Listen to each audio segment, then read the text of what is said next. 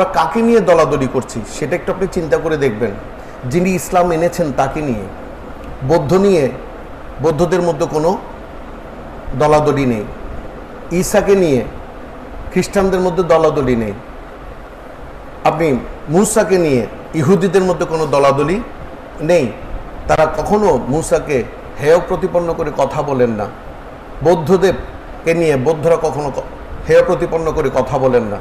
কত আশ্চর্য ব্যাপার, যেখানে বলা হয় মুহাম্মদ রাসূলুল্লাহ তাআলা সাল্লাল্লাহু আলাইহি ওয়াসাল্লাম নিজেই জান্নাতে যাওয়ার সময় বেজে যাবেন, নিজে জান্নাতে যাওয়ার সময় চিন্তিত হয়ে যাবেন, নিজে জান্নাতে যাওয়ার সময় ব্যতিগ্রস্ত হয়ে পড়বেন। এমন কথাগুলো যখন বিধর্মীরা শুনে তখন তারা চিন্তা করে কোন নবীকে তারা অনুসরণ করছে, যেই নবীকে তারা ইমামুল মুরসালিন বলে থাকে, রাহমাতুল্লিল আলামিন বলে থাকে, হায়াতুন নবী বলে থাকে, জিন্দা নবী বলে থাকে, যাকে তারা হাজির নাজির বলে থাকে, গায়েবকে খবর দেনেওয়ালা নবী বলে থাকে। আবার যারা তাকে অনুসরণ করছে, যারা তাকে অনুসরণ করে নিজেদেরকে মোল্লা পুরোহিত বলে ঘোষণা করছে, মুহাদ্দিস মুফাসসির মুহাক্কিক বলে নিজেকে, মুফতি বলে নিজেকে মানুষের সামনে জাহির করছে, ওই নবীকে নিয়ে আমরা সমালোচনায় লিপ্ত হয়েছে। আমরা কেমন মুসলমান চিন্তা করে দেখুন। আউযু বিল্লাহি মিনাশ শাইতানির রাজিম। বিবরাকাতু ওয়া বিফদলি বিসমিল্লাহির রহমানির রহিম। ইহদিনাস সিরাতাল মুস্তাকিম সিরাতাল লাযীনা আন'আমতা আলাইহিম। সাদাকাল্লাহুল মাওলানাল আযীম ওয়া সাদাকা রাসূলুহুন নবিয়ুল হাবিবুল করিম ওয়া নাহনু আলা যালিকা মিনাশ শাহিদিন ওয়াশ শাকিরিন। আলহামদুলিল্লাহি রাব্বিল আলামিন। রব্বিস সাল্লি ওয়া সাল্লিম ওয়া বারিক আলাইহি। সম্মানিত সামিঈন, আমি গুনাহগারের পক্ষ থেকে সালাম পেশ করছি। আসসালামু আলাইকুম ওয়া রাহমাতুল্লাহি তাআলা ওয়া বারাকাতুহু। আমরা একটা কিতাবের যে বিষয়ে আলোচনা করছিলাম, যেটা ছিলেন সৈয়দ আবুল হাসান আলী দাতা গঞ্জে বক্স হাজবেরি কুদ্দুসিল্লাহুল আজিজের একখানা কিতাব, যে কিতাবের নাম কাশফুল মাহজুব। এই কিতাবের বেশ কিছু বিষয় আমরা আলোচনা করে ফেলেছি। আজ যে বিষয়টি আলোচনা করব সেটা হচ্ছে সহজ সরল পথ। কোনটা সহজ সরল পথ, কোন পথ আমি অনুসরণ করব, অনুশীলন করব, আল্লাহ আমাকে কোন পথে যেতে বলেছেন। আল্লাহ রাব্বুল ইজ্জত কুরআনুল মজিদের মধ্যে অসংখ্য আয়াতুল করিমা, অসংখ্য সূরা তথা 114 খানা সূরা আল্লাহ নাজিল করেছেন।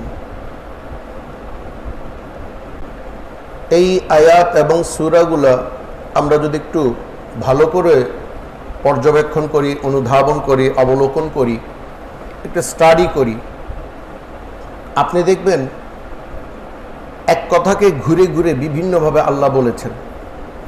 আর সেটা হচ্ছে তোমরা আমার রসুলকে অনুসরণ করো। সুবহানাল্লাহ।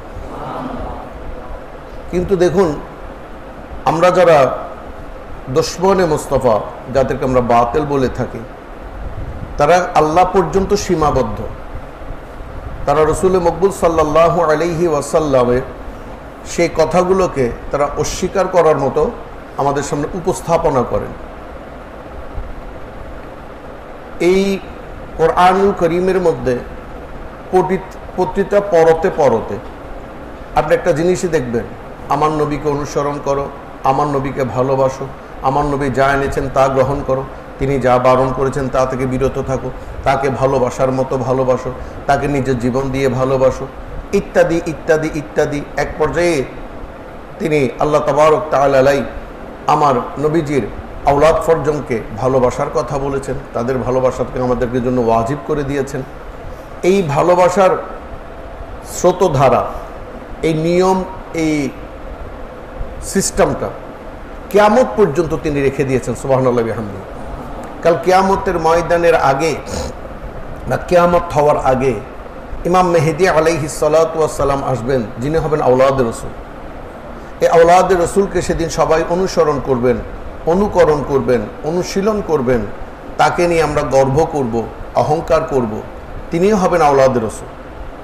তাহলে এই স্রোতধারা, ইন্না আ'তাইনাকাল কাউসার, আল্লাহ তাবারক তাআলা আমার নবীকে যে কাউসার দান করেছেন, এই কাউসার আপনি পানিও বলতে পারেন, আবার এই কাউসারকে বলতে পারেন আমাদের সুশীতল এই জীবনকে যারা সুশীতলভাবে পরিচালনা করার সুযোগ করে দিয়েছেন এই আল্লাহর মাহবুব বান্দারা, যারা আওলাদ রসুল। বড় করে বলুন সুবহানাল্লাহ।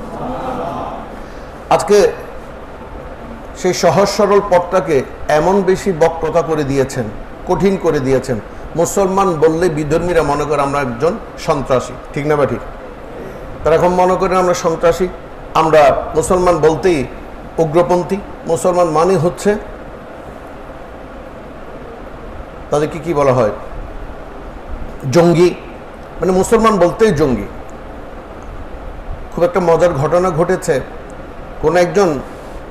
কোন একটি দেশে কিছু মুসলমান, কিছু বৌদ্ধ, কিছু খ্রিস্টান, কিছু ইহুদি তারা বসে গল্প করছিল। এমন সময় একজন মুসলমান কিছু একটা বলে ওঠার সঙ্গে সঙ্গে সবাই জিজ্ঞেস করলো, তুমি কি মুসলমান? তখন ওই লোকটা বলেছিল, হ্যাঁ আমি মুসলমান। বলে, হ্যাঁ, মুসলমান মিথ্যা কথা বলতে পারে। চিন্তা করুন আমাদেরকে তারা কিভাবে হেয় করার জন্য, বা আমরাও বিশ্বের জমিনে কিভাবে নিজেদেরকে হেয় প্রতিপন্ন করে রেখেছি, কিভাবে নিজেদেরকে হেয় বানিয়ে রেখেছি। কেন রেখেছি? আমাদের দলাদলি, আমাদের কন্দল। আমরা কাকে নিয়ে দলাদলি করছি সেটা একটু আপনি চিন্তা করে দেখবেন। যিনি ইসলাম এনেছেন তাকে নিয়ে, বৌদ্ধদের মধ্যে কোনো দলাদলি নেই। ঈসাকে নিয়ে খ্রিস্টানদের মধ্যে দলাদলি নেই। আপনি মূসাকে নিয়ে ইহুদিদের মধ্যে কোনো দলাদলি নেই।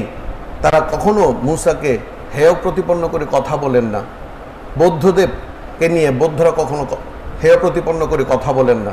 তো আশ্চর্য ব্যাপার, যেখানে বলা হয় মুহাম্মদ রাসূলুল্লাহ তাআলা সাল্লাল্লাহু আলাইহি ওয়াসাল্লাম নিজেই জান্নাতে যাওয়ার সময় বেজে যাবেন, নিজে জান্নাতে যাওয়ার সময় চিন্তিত হয়ে যাবেন, নিজে জান্নাতে যাওয়ার সময় ব্যতিগ্রস্ত হয়ে পড়বেন, এমন কথাগুলো যখন বিধর্মীরা শুনে তখন তারা চিন্তা করে কোন নবীকে তারা অনুসরণ করছে, যেই নবীকে তারা ইমামুল মুরসালিন বলে থাকে, রাহমাতুল্লিল আলামিন বলে থাকে, হায়াতুন নবী বলে থাকে, জিন্দা নবী বলে থাকে, যাকে তারা হাজির নাজির বলে থাকে, গায়েবকে খবর দেনেওয়ালা নবী বলে থাকে। আবার যারা তাকে অনুসরণ করছে, যারা তাকে অনুসরণ করে নিজেদেরকে মোল্লা পুরোহিত বলে ঘোষণা করছে, হ্যাঁ, মুহাদ্দিস, মুফাসসির, মুহাক্কিক বলে নিজেকে, মুফতি বলে নিজেকে মানুষের সামনে জাহির করছে, ওই নবীকে নিয়ে আমরা সমালোচনায় লিপ্ত হয়েছে। আমরা কেমন মুসলমান চিন্তা করে দেখুন। কোনটা সহজ সরল পথ?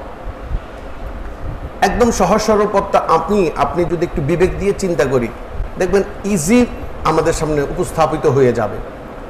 এক নম্বর দেখুন, হযরত ওমর বিন খাত্তাব রাদিয়াল্লাহু তাআলা আনহু বা সাইয়েদনা সিদ্দিক আকবর রাদিয়াল্লাহু তাআলা আনহু, তাদের এই দুজনের একটু জীবনীটা আমরা আলোচনা করি আজকে, যা আপনারাও হয়তো জানেন অনেকে। সাইয়েদনা সিদ্দিক আকবর রাদিয়াল্লাহু তাআলা আনহু ছিলেন একজন ব্যবসায়ী। আমাদের চট্টগ্রামে বা পটিয়ার জন্য যেমন এসালাম মাসুদ সাহেব ছিলেন, ঠিক তেমনি সৈয়দনা সিদ্দিক আকবর রাদিয়াল্লাহু তাআলা আনহু, মা উম্মুল মুমিনিনা হযরত হাদিজাতুল কুবরা রাদিয়াল্লাহু তাআলা আনহা, তানারা ছিলেন ওই জমানায় আরবের সবচেয়ে ধনাঢ্য ব্যক্তি, সবচেয়ে ধনী ব্যক্তি। তাদের প্রচুর ব্যবসা ছিল। সৈয়দনা সিদ্দিক আকবর রাদিয়াল্লাহু তাআলা আনহু একদিন সিরিয়া থেকে ব্যবসা করে আসছিলেন। আমি সহজ সরল পথ নিয়ে আলোচনা করছি। তা আসার পথে তিনি একটু খেজুর গাছের নিচে একটু আরাম করছিলেন। এমন সময় তিনি একটু তার ঝিমু নিয়ে এসেছেন। ঘুমও নয়, আবার ঝিমনিও নয়, মোটামুটি ঘুম। এমন সময় তিনি স্বপ্নে দেখছেন যে চাঁদখানা তার কোলে এসে ঘুমাচ্ছে। সুবহানাল্লাহ। একটি চাঁদ তার কোলে এসে ঘুমাচ্ছে, বা তার কোলে বসেছে, ঘুমাচ্ছে না, কোলে বসেছে। তিনি খুব চিন্তিত হয়ে পড়লেন, এটা আবার কোন ধরনের স্বপ্ন? আসমানের চাঁদ কেমন আমার কোলে আসতে পারে? কিন্তু তিনি জ্ঞানীবান ছিলেন, বিবেকবান ছিলেন, বুদ্ধিমান ছিলেন। কি ছিলেন বললাম? জ্ঞানী ছিলেন, বিবেকবান ছিলেন, বুদ্ধিমান ছিলেন। সুবহানাল্লাহ বলবেন না? হযরত সাইয়েদনা সিদ্দিক আকবর রাদিয়াল্লাহু তাআলা আনহু মনে মনে খুব পেরেশানিতে ভুগছিলেন যে এই বিষয়টা আমি কার সাথে আলোচনা করতে পারি, কার সাথে আলোচনা করে আমি শান্তি লাভ করতে পারি, কোন ব্যক্তি এই বিষয় সম্পর্কে আমাকে সুন্দর একটা ফয়সালা দিতে পারেন। এমন সময় তার মাথায় ঢুকলো যে আমি যদি কোনো একজন প্রকৃত আলেমের সাথে এই বিষয়ে একটু আলোচনা করতে পারি তাহলে হয়তো আমি সুন্দর একটা সমাধান পেয়ে যাব। আমি জানি না সেদিন সৈয়দানা সিদ্দিক আকবর রাদিয়াল্লাহু তাআলা আনহুর অন্তরের মধ্যে আল্লাহ কি ঢেলে দিয়েছিলেন। আপনি আমাকে প্রশ্ন করতে পারেন কেন? কারণ আল্লাহ তাবারক তাআলা কোরআনুল মজিদের মধ্যে ঘোষণা করছেন, বিসমিল্লাহির রহমানির রহিম, ফাসআলু আহলে যিকর ইন কুনতুম লা তা'লামুন। হে আমার বান্দারা, তোমরা যখন কোনো বিষয়ে অজানা থেকে যাবে বা বুঝতে পারবে না বা জানতে পারবে না, তোমরা কি করো? তোমরা আমার জিকিরকারীর কাছে যাও, যারা হার ওয়াক্ত আমার জিকিরের মধ্যে রয়েছে, যাদেরকে আমি ইলমে লদুন্নি দিয়ে থাকি, যারা এক জায়গায় বসে সমগ্র বিশ্ব ভ্রমণ করতে পারে, যারা কোরআনের নিগুড় রহস্য ভেদ করতে জানে, যারা মেডিকেল সায়েন্স না পড়েও, ইঞ্জিনিয়ারিং সায়েন্স না পড়েও, যাদেরকে আমি আল্লাহ তাবারক তাআলা সমস্ত জ্ঞানের সমাহার দান করেছি, এমন ব্যক্তিদেরকে আমি আহলে জিকির বলে থাকি। সুবহানাল্লাহ। আপনি দেখুন, এই মাস পীরে নাপির দস্তগীর মাহবুব সুবহানী পীরে হাসানে আব্দুল কাদের জিলানী রাদিয়াল্লাহু তাআলা আনহুর মাস। হযরত আব্দুল কাদের জিলানী রাদিয়াল্লাহু তাআলা আনহুর জমানায়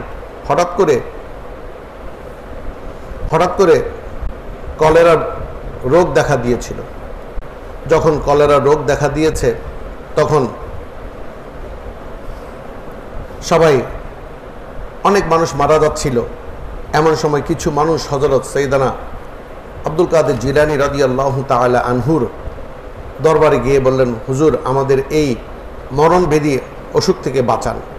তিনি বললেন, আমি কি খোদা নাকি যে তোমাদেরকে বাঁচাবো? তারা বললেন, খোদা নন, তবে খোদার চাইতে জুদা নন, আপনি চাইলে আমাদেরকে ওষুধ দেখাই দিতে পারেন। তখন তিনি বললেন, ঠিক আছে, আমি খুব ভোরে উঠে যখন হাঁটি, ওই হাঁটতে থাকা পায়ের নিচে থাকা যে ঘাসগুলো রয়েছে বা থাকবে, সেই ঘাসগুলো তুলে নিয়ে তোমরা পিষে সেগুলোর রস খাবে। এই কথা বলে তারা আল্লাহর পেয়ারা মাহবুব হযরত পীর নাপির দস্তগীর আব্দুল কাদের জিলানী রাদিয়াল্লাহু তাআলা আনহু যখন সকালে উঠে হাঁটতে শুরু করলেন, পেছনে তারা হাঁটতে লাগলেন। তার পায়ের নিচের ঘাসগুলো তারা নিয়ে যখন পিষে রস খেলেন, তাদের কলেরা রোগ ভালো হয়ে গেছে। তাহলে দেখা যাচ্ছে যে আল্লাহ তাবারক তাআলা তার মধ্যে এই মেডিকেল সায়েন্সের নিয়ামতটুকু তিনি দান করেছেন। বড় করে বলেন সুবহানাল্লাহ। এভাবে অসংখ্য দেখা যায়। সরকার দো আলম জিকিরে জমিন আপনি নিতে পারেন। জি, জিকিরে জমিন, আচ্ছা কথা বলা লম্বা হয়ে যাবে, আপনারা দেখতে পাবেন কিতাবে এখানে রয়েছে। নবী মুস্তাফা সাল্লাল্লাহু আলাইহি ওয়াসাল্লামার চুল মুবারক যখন পানির মধ্যে ভিজিয়ে বা পানির মধ্যে চুবিয়ে যখন সে পানি মানুষ সাহাবায়ে কেরামগণ পান করতেন, তাদের ব্যায়ামও ভালো হয়ে যেতেন। সুবহানাল্লাহ বিহামদিহি। তাহলে আল্লাহ রসুল তো ডাক্তারি পড়েন নাই, কোনো মেডিকেল সায়েন্স তো পড়েন নাই, ওই সময় তো কোনো মেডিকেল কলেজ ছিল না, ভার্সিটি ছিল না। তারপরেও নবী মুস্তাফা সাল্লাল্লাহু আলাইহি ওয়াসাল্লামের চুল মুবারক এত শেফা হলো কোত্থেকে? ইভেন দেখা গিয়েছে আল্লাহ রসুলের থুতু মুবারক বসন্ত রোগের জন্য, বা থুতু মুবারক এটাকে বলা হয় কুষ্ঠ রোগের জন্য, বা আপনার যেটাকে আমরা চর্মরোগ বলে থাকি, এগুলোর জন্য শেফা ছিল। বড় করে বলুন সুবহানাল্লাহ। তাহলে এইভাবে বিভিন্ন আল্লাহর ওলিকে আল্লাহ তাবারক তাআলা বিভিন্ন গুণে গুণবান করেছেন। এই গুণবান আল্লাহর ওলিগুলো কাকে অনুসরণ করেছেন? তারা কি করেছেন? তারা জ্ঞান অর্জন করেছেন। কারণ কোরআন শরীফের প্রথম সূরাটা হচ্ছে ইকরা, সূরা ইকরা বিইসমি রাব্বিকাল্লাযী খালাক। তুমি আল্লাহর নামে পড়ালেখা শুরু করো, তুমি আল্লাহর নামে জ্ঞান অর্জন করা শুরু করো। তাহলে দেখা যাচ্ছে যে তারা অবশ্যই জ্ঞান অর্জন করেছেন। আপনি ভালো করে দেখবেন, যারা কামেল মোকাম্মেল আল্লাহর ওলিরা রয়েছেন, যারা বুজুর্গানে দ্বীনরা রয়েছেন, তারা কোনো না কোনো লেখাপড়ায় মগ্ন ছিলেন। তারা মাদ্রাসায় পড়েননি, হয়তো তখন মাদ্রাসা ছিল না, তখন কলেজ ইউনিভার্সিটি ছিল না, কিন্তু কোনো একজন জ্ঞানীর কাছে তারা দ্বারস্থ হয়েছেন, তার কাছ থেকে ইলমে তাসাউফ শিখেছেন, ইলমে কোরআন শিখেছেন, ইলমে হাদিস শিখেছেন। এই শিক্ষাগুলো থেকে তারা ফিকহের মাসাইলা বের করেছেন, কোন কাজ করলে কি হবে, কোন কাজ করলে সওয়াব, কোন কাজ করলে গুনাহ হবে, সব কিছু বের করে আমাদেরকে দিয়েছেন। বড় করে বলুন সুবহানাল্লাহ। আমার প্রশ্নটা হচ্ছে, তখন তো কলেজ ছিল না, স্কুল ছিল না, মাদ্রাসা ছিল না, তারা কিভাবে সেটা পেরেছেন? তাহলে দেখা যাচ্ছে সোহবতে সালে তেরা সালে কুনত, সোহবতে তালে তেরা তালে কুনত। তারা পড়ালেখা করেছেন এমন বুজুর্গানের দ্বীনের কাছ থেকে যারা আল্লাহওয়ালা ছিলেন। ওই আল্লাহওয়ালারা তাদেরকে দোয়া করেছেন, দয়া করেছেন, মেহেরবানি করেছেন, বিদায় তাদের জ্ঞানের সমাহার তাদের শরীরের মধ্যে বাসা বুনেছিল, ওই জ্ঞানের সমাহার থেকে তারা আল্লাহকেও রাজি করেছেন, সাথে সাথে মানুষকে হেদায়েত করতে পেরেছেন। বড় করে বলুন সুবহানাল্লাহ। এখন দেখুন, এত মাদ্রাসা, এত স্কুল, এত কলেজ, এত ইউনিভার্সিটি হওয়ার পরও আমরা কিন্তু এক থাকতে পারিনি, পারছিও না। আমাদের মধ্যে মতদ্বন্দ্বতা বেড়ে গিয়েছে, এত বেশি বেড়ে গিয়েছে, একে অপরকে রীতিমতো কোপানো শুরু করেছি, একে অপরকে গুলি মারার জন্য আমরা প্রস্তুত রয়েছে, একে অপরকে হত্যা করতে আমরা কখনো কুণ্ঠাবোধ করি না। এমনকি আমরা শুনেছি কোরআনুল মজিদের মধ্যে আল্লাহ তাবারক তাআলা বলছেন, মুমিন বান্দা তারা যারা মুমিনদের প্রতি সহানুভূতি, যারা মুমিনদের প্রতি মহাব্বত দেখায়, যারা মুমিনদের প্রতি ভালোবাসা দেখায়, যারা মুমিনের প্রতি অর্থাৎ মুসলমানের প্রতি মহাব্বত দেখায়। কিন্তু এখন একজন মুসলমান আরেকজন মুসলমানকে নির্দ্বিধায় কতল করে দিচ্ছে, নির্দ্বিধায় শহীদ করে দিচ্ছে, নির্দ্বিধায় জবে করে দিচ্ছে। ছোট ছোট ছেলেরা, আমরা যারা স্কুলে পড়ার জন্য বা কলেজে পড়ার জন্য আমরা ম্যাচে থাকি, দেখা যায় 4-5 বন্ধু মিলে এক বন্ধুকে মারছি, দেখা যাচ্ছে না? এরকম হাজার হাজার ঘটনা ঘটছে কিন্তু। আর বাকিগুলো অসুন্দর কথাগুলো আমি বলবো না। তাইলে হযরত সৈয়দনা সিদ্দিক আকবর রাদিয়াল্লাহু তাআলা আনহুর মধ্যে নিশ্চয়ই এই জ্ঞান আল্লাহ রাব্বুল ইজ্জত ঢুকিয়ে দিয়েছেন। তাই তিনি চিন্তা করলেন, আমি তার কাছ থেকে এই কথা মাহাত্ম্য বা এই কথার রহস্য আমি নিব না বা জানতে চাইব না। আমি জানতে চাইব এমন একজন ব্যক্তির কাছ থেকে যিনি আল্লাহ এবং আল্লাহ রসুলকে চিনেন। সুবহানাল্লাহ বিহামদিহি। আপনি আমাকে প্রশ্ন করতে পারেন যে তখন কি রসুলকে সবাই চিনতেন না? তখন সবাই রসুল মকবুল সাল্লাল্লাহু আলাইহি ওয়াসাল্লামকে চিনতেন না। কিন্তু যারা প্রকৃত জ্ঞানী ছিলেন, তাওরাত জবুর ইঞ্জিনের জ্ঞানী ছিলেন বা আলেম ছিলেন, তাদেরকে আমরা পাদ্রী বলতে পারি। খ্রিস্টানদের যেহেতু ঈসাই যুগ ছিল সেই সময়, আমরা তাদেরকে পাদ্রী বলতে পারি বা ওই জমানায় তাদের ধর্মযাজক বলতে পারি। তারা ওই জ্ঞানীবান ছিলেন। আপনারা হয়তো শুনেছেন ওরাকা বিন নওয়াফেল রাদিয়াল্লাহু তাআলা আনহুর কথা, যিনি হযরত খাদিজাতুল কুবরা রাদিয়াল্লাহু তাআলা আনহার মামা ছিলেন।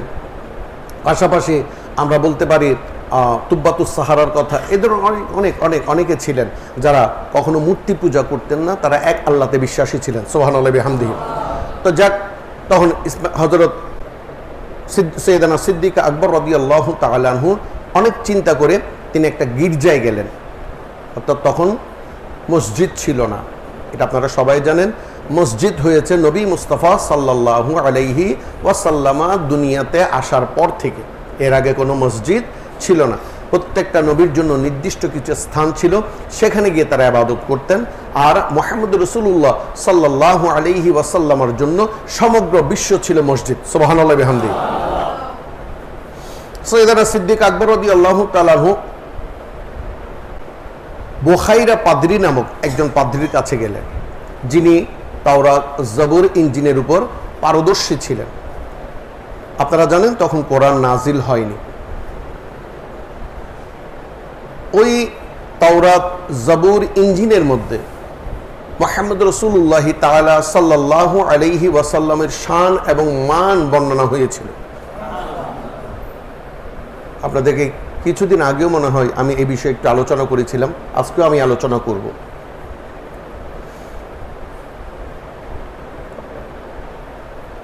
আসলে ডকুমেন্ট অনেক কিছু আছে, এত ডকুমেন্ট আপনাদের সামনে উপস্থাপন করতে গেলে অনেক সময়ের প্রয়োজন। সেটা হচ্ছে তাওরাত জবুর ইঞ্জিন শুধু নয়, প্রত্যেকটা কিতাবের মধ্যে সরকার দু আলমের জিকির, সরকার দু আলমের নাম আল্লাহ রাব্বুল ইজ্জত সংযোজন করে দিয়েছে।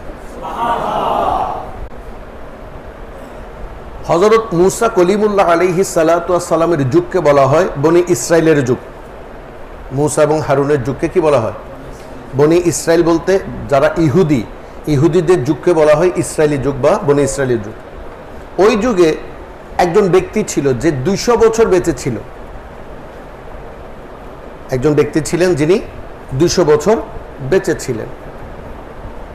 ওই ব্যক্তি 200 বছর হায়াতে জিন্দেগিতে কোনো দিন কোনো ভালো কাজ করেছেন এমনটি কেউ দেখেনি। আমরা বলতে পারি যে ম্যাতরের চেয়ে খারাপ মানুষ হয়তো আর কেউ নেই, আমাদের ধারণা, এটা হচ্ছে আমাদের ধারণা। কিন্তু এই ভুল ধারণা কখনো মনে পুষে রাখবেন না, কারণ তারা আমাদের পথঘাটগুলো পরিষ্কার করে দেয়, আমাদের বাথরুমগুলো পরিষ্কার করে দেয়। এই কারণে আমাদের ধারণা তারা সবচেয়ে নিম্নমানের না। এই কথা কখনো মনেও আনবেন না। তারা তাদের কর্ম করে তাদের জীবিকা উপার্জন করে। তো তবুও মনে করেন এই মেহতরদের কথা বলতে পারি যে তারা খুবই নিম্নমানের, তারা কখনো তো নামাজ পড়তে দেখিনি, ঠিক না? পশ্চিম ক্যাবলা কাকে বলে সেটা তো তারা জানে না, কিন্তু তারা তো একটা ভালো কাজ করে। যে কাজগুলো আমাদেরকে বলা হয়েছিল সেগুলো তো আমরা করি না, তারা করছে। তারা আমাদের পথঘাটগুলো পরিষ্কার পরিচ্ছন্ন করে দেয়, অথচ কথা ছিল মুসলমানরা সে কাজ করবে। দেখা যায় কোনো একজন মুসলমান সে কখনো ভালো কাজ করেনি, কিন্তু পথের মধ্যে একটা কলার টোঙ্গা দেখলো, কলার খোসা দেখলো, ওই কলার খোসাটা সে তুলে ফেলে দিল, বাম হাতে তুলে ফেলে দিল। অথবা একটা পিন দেখলো, কোনো মানুষ সেটা ফুটবে এই ভয়ে সে ফেলে দিল। এগুলো হচ্ছে রাস্তার হক বা চোখের হক। সুবহানাল্লাহি বিহামদিহি। এই মানুষটা সে ধরনের কোনো কাজ করতে কেউ কখনো দেখেনি, যে একটা কলার খোসা বা টোঙ্গা ফেলে দিয়েছে, বা একটা পিন রাস্তার থেকে কুড়ে বাইরে ফেলে দিয়েছে, বা একটা পাথর উঁচু হয়ে আছে সেটাকে সমতল করে দিয়েছে। কোনো কাজ সে করেন, অর্থাৎ আমলে সওয়ালে তো দূরের কথা, আমলে ফরজ, আমলে সুন্নত, আমলে নফল কোনোটাই সে করতো না। ওই ব্যক্তি মারা যাওয়ার পর পঞ্চায়েত বসলো। পঞ্চায়েত মানে আমরা যে পাঞ্চাল্লা বলে থাকি, যেটাকে বিয়ের সময় করা হয়, মেজবানের সময় করা হয়, বিভিন্ন কারণে এই পঞ্চায়েত আমাদের হয়। তো পঞ্চায়েত বসলো। পঞ্চায়েতের যিনি প্রধান ছিলেন তিনিও আসন অলঙ্কৃত করলেন। এমত অবস্থায় সৈয়দরা হযরত মুসা কলিমুল্লাহ আলাইহিস সালাতু ওয়াস সালাম তিনিও গেলেন। একটা কথা সবসময় খেয়াল রাখবেন, রাজনীতি সমাজনীতি একটা বিষয়, আর ধর্মনীতি সম্পূর্ণ আলাদা একটা বিষয়। আমরা আজকে ধর্মকে অপকর্মের সাথে লিপ্ত করেছি বিদায় আমরা 3-13-73 ফেরকায় নয়, তারও 6 গুণ বেশি আমরা বিনষ্ট হয়েছি। প্রত্যেকটা জিনিস আমরা ইসলামী ইসলামী লিখে লিখে মানুষকে ধোঁকা দিয়ে যাচ্ছি। আপনি মনে করছেন যে আপনি বড় গুনাহগার? না, আপনি নিজেকে গুনাহগার কখনো মনে করবেন না, কারণ আপনার একটা গুনাহ আর আমার 50টা গুনাহ সমান। আমার একটা গুনাহ আপনার 50টা গুনাহ সমান হবে না। আমি জেনে গুনাহ করি, আপনি না জেনে গুনাহ করেন। আমি বুঝে শুনে গুনাহ করি, আপনি না জেনে না বুঝে না শুনেই গুনাহ করেন। অতএব আপনারা ভয় পাওয়ার কিছু নেই। আপনারা যে গুনাহ করছেন এই গুনাহগুলোর জন্য সর্বপ্রথম যাদেরকে ধরা হবে আমাদের মতো তথাকথিত পীর মাশায়েখদেরকে, আমাদের মতো তথাকথিত ভণ্ড আলেমদেরকে, আমাদের মতো ভণ্ড পীর মাশায়েখদেরকে। কারণ আমরাই আপনাদেরকে মিথ্যা কোরআনকে সামনে রেখে মিথ্যা তাফসীর করে যাচ্ছি, হাদিসকে সামনে রেখে মিথ্যা বনওয়াট কথা বলে যাচ্ছি, আর আপনারা সেগুলো আমল করছেন নির্দ্বিধায় নিঃসংকোচে আমাদেরকে বিশ্বাস করে। এই বিশ্বাস আপনাকে জান্নাতে নিবে, আর আমার মতো জানোয়ারকে জাহান্নামে নিবে।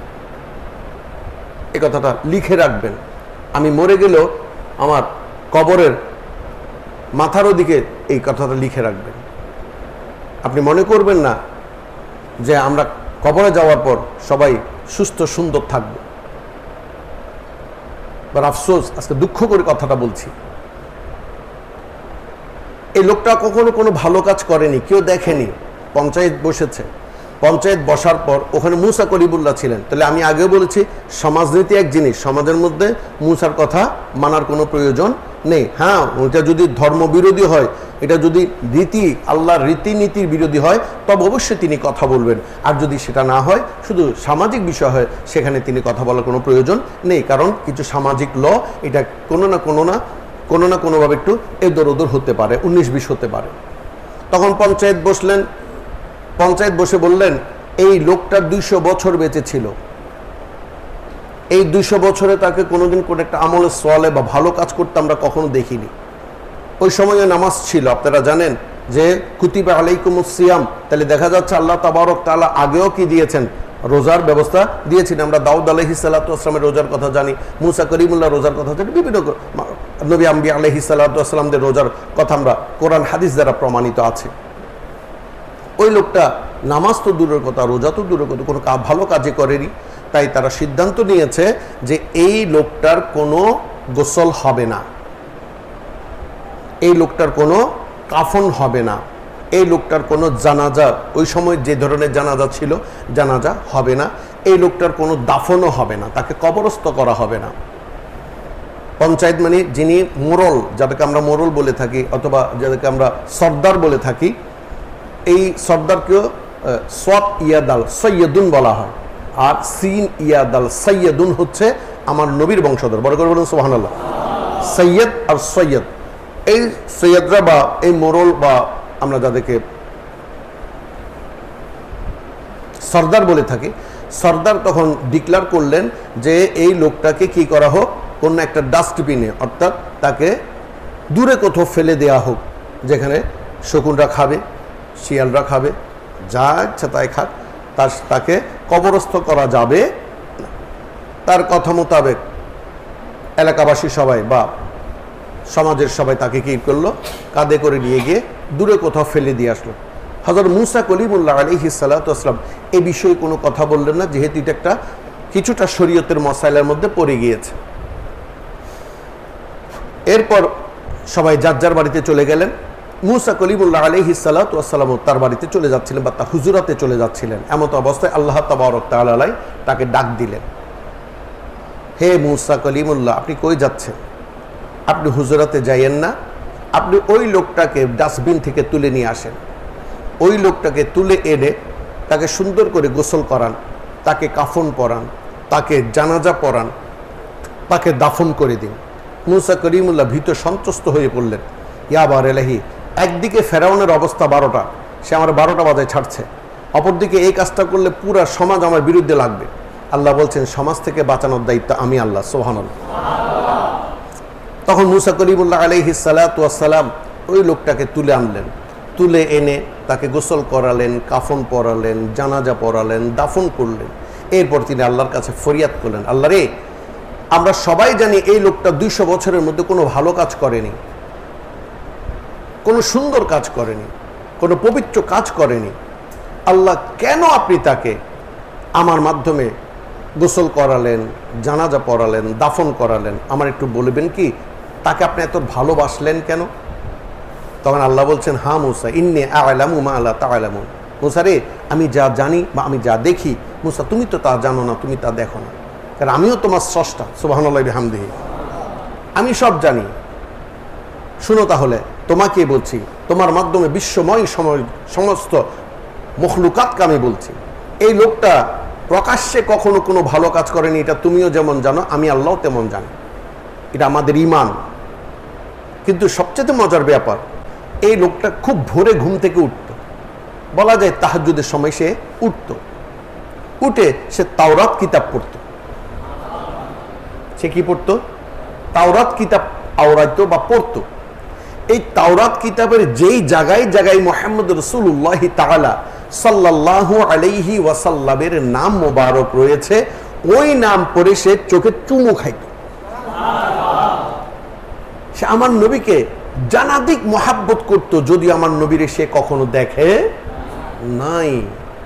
নবী, আমরা তোমায় না চিনিলে তোমার কি আসে যায়, ওরা তোমায় না চিনিলে তোমার কি আসে যায়, সারা জাহান তোমারি নূরি চরণে লুটাই, সারা জাহান তোমারি নূরি চরণে লুটাই। বলুন ইয়া রাসূলুল্লাহ, ইয়া হাবিবাল্লাহ, বলুন ইয়া রাসূলুল্লাহ, ইয়া হাবিবাল্লাহ। সুবহানাল্লাহি বিহামদিহি। আমরা চিনি আর না চিনি, ওই লোকটা আমার নবীকে চিনেছেন। আল্লাহ বলছেন, নবী মুস্তাফা সাল্লাল্লাহু আলাইহি ওয়াসাল্লামকে তখনও কিন্তু নবী আসেননি, তখনও নবী আসেননি। অনেকেই তখনও নবীর কথা জানতেন না। অনেক মুসা আলাইহিস সালাতু ওয়াস সালাম, দাউদ আলাইহিস সালাতু ওয়াস সালাম, ইব্রাহিম আলাইহিস সালাতু ওয়াস সালাম, সমস্ত আম্বিয়া আলাইহিস সালাতু ওয়াস সালাম যারা 10 জন, 20 জন, 50 জন, 1000, 1500, 2000 মুরিদান করেছেন, সাহাবা করেছেন, তারাও ভালো করে আমার নবীকে চিনতেন না। কারণ অদৃশ্য নবী। কি নবী? অদৃশ্য নবী। তাদের জন্য অদৃশ্য, আমাদের জন্য যেমন অদৃশ্য, তাদের জন্য ছিল অদৃশ্য, কারণ আমার নবী তখন আসেননি। সম্মানিত হাজিরিন, এই অদেখা নবীকে ভালোবেসেছেন, শুধু ভালোবাসেননি, সম্মান করেছেন। কতটুকু সম্মান করেছেন? তার নাম ধরে ধরে চুমু খেয়েছেন, তার নাম ধরে ধরে চুমু খেয়েছেন। আল্লাহ বলেন, তার এই চুমু খাওয়া, তার এই মহাব্বত, তার এই প্রেম, তার এই ভালোবাসা, তার এই শ্রদ্ধা, তার এই সম্মান আমি আল্লাহর কাছে এত বেশি পছন্দ হয়েছে। সে আমার মাহবুবকে ভালোবেসেছে, আমার মাহবুবকে সম্মান করেছে, আমার মাহবুবকে বুখারী শরীফের হাদিস বলছি, এত দয়া করেছে, এত ভালোবেসেছে, আমি আল্লাহ আমার মাহবুবের উসিলায় তার জিন্দেগির গুনাহ মাফ করে দিয়েছি। সম্মানিত হাজিরিন, একটু করে চিন্তা করে দেখুন, সামান্য পরিমাণ মুহাম্মদ সাল্লাল্লাহু আলাইহি ওয়াসাল্লামকে ভালোবাসার কারণে অন্য নবীর সাহাবার যদি, অন্য নবীর অনুসারীর যদি, অন্য নবীর সহচরদের যদি এমন অবস্থা হয়, আপনি আর আমি যদি নবীর সাথে লেগে থাকে, আমাদের অবস্থা কেমন হবে? কারণ আমরা তো ওই নবীরই উম্মত, ঠিক না বেটি? আজ আপনাকে আমাকে ওই নবী থেকে দূরে সরাতে চাচ্ছেন। কি বিশ্রীভাবে কথা বলছেন নবীর স্ত্রীদের শানে, কত বিশ্রীভাবে কথা তুলছেন নবীর শানে। আপনি এমন কিছু হাদিস রয়েছে যে পচা হাদিসগুলো আপনার সামনে আমি যদি এক্সপ্লেইন করি, এটাকে যদি আমি বর্ণনা করি, আপনার নবীর প্রতি আপনার ঘৃণা চলে আসবে।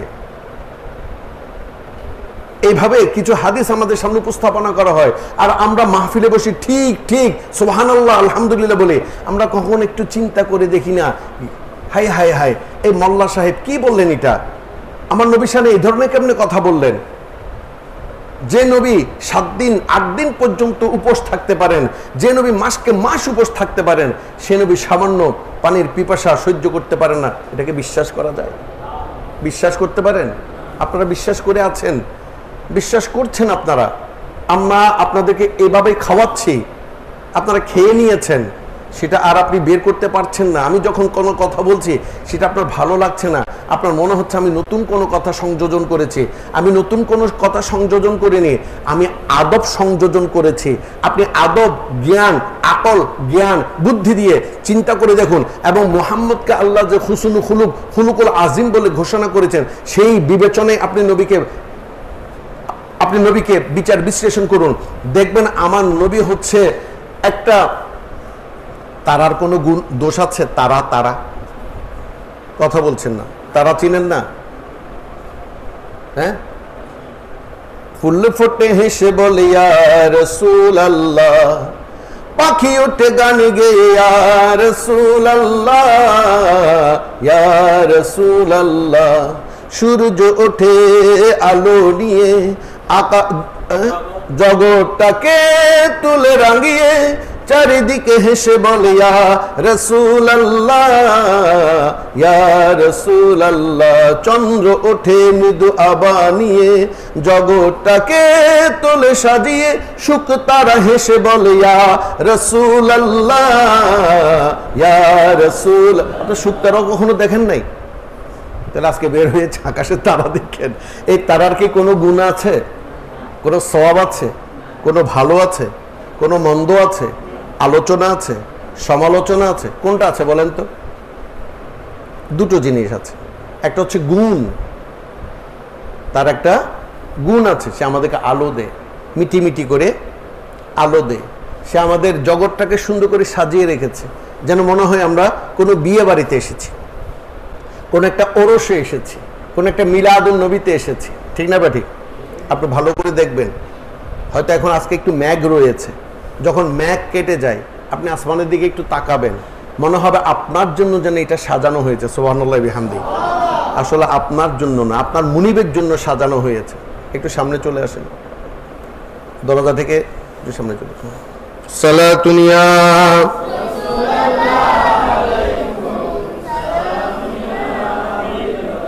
ইয়া রাসূলুল্লাহ উনজুর হালানা, ইয়া হাবিবাল্লাহ ইসমা আলানা, সালাতুনিয়া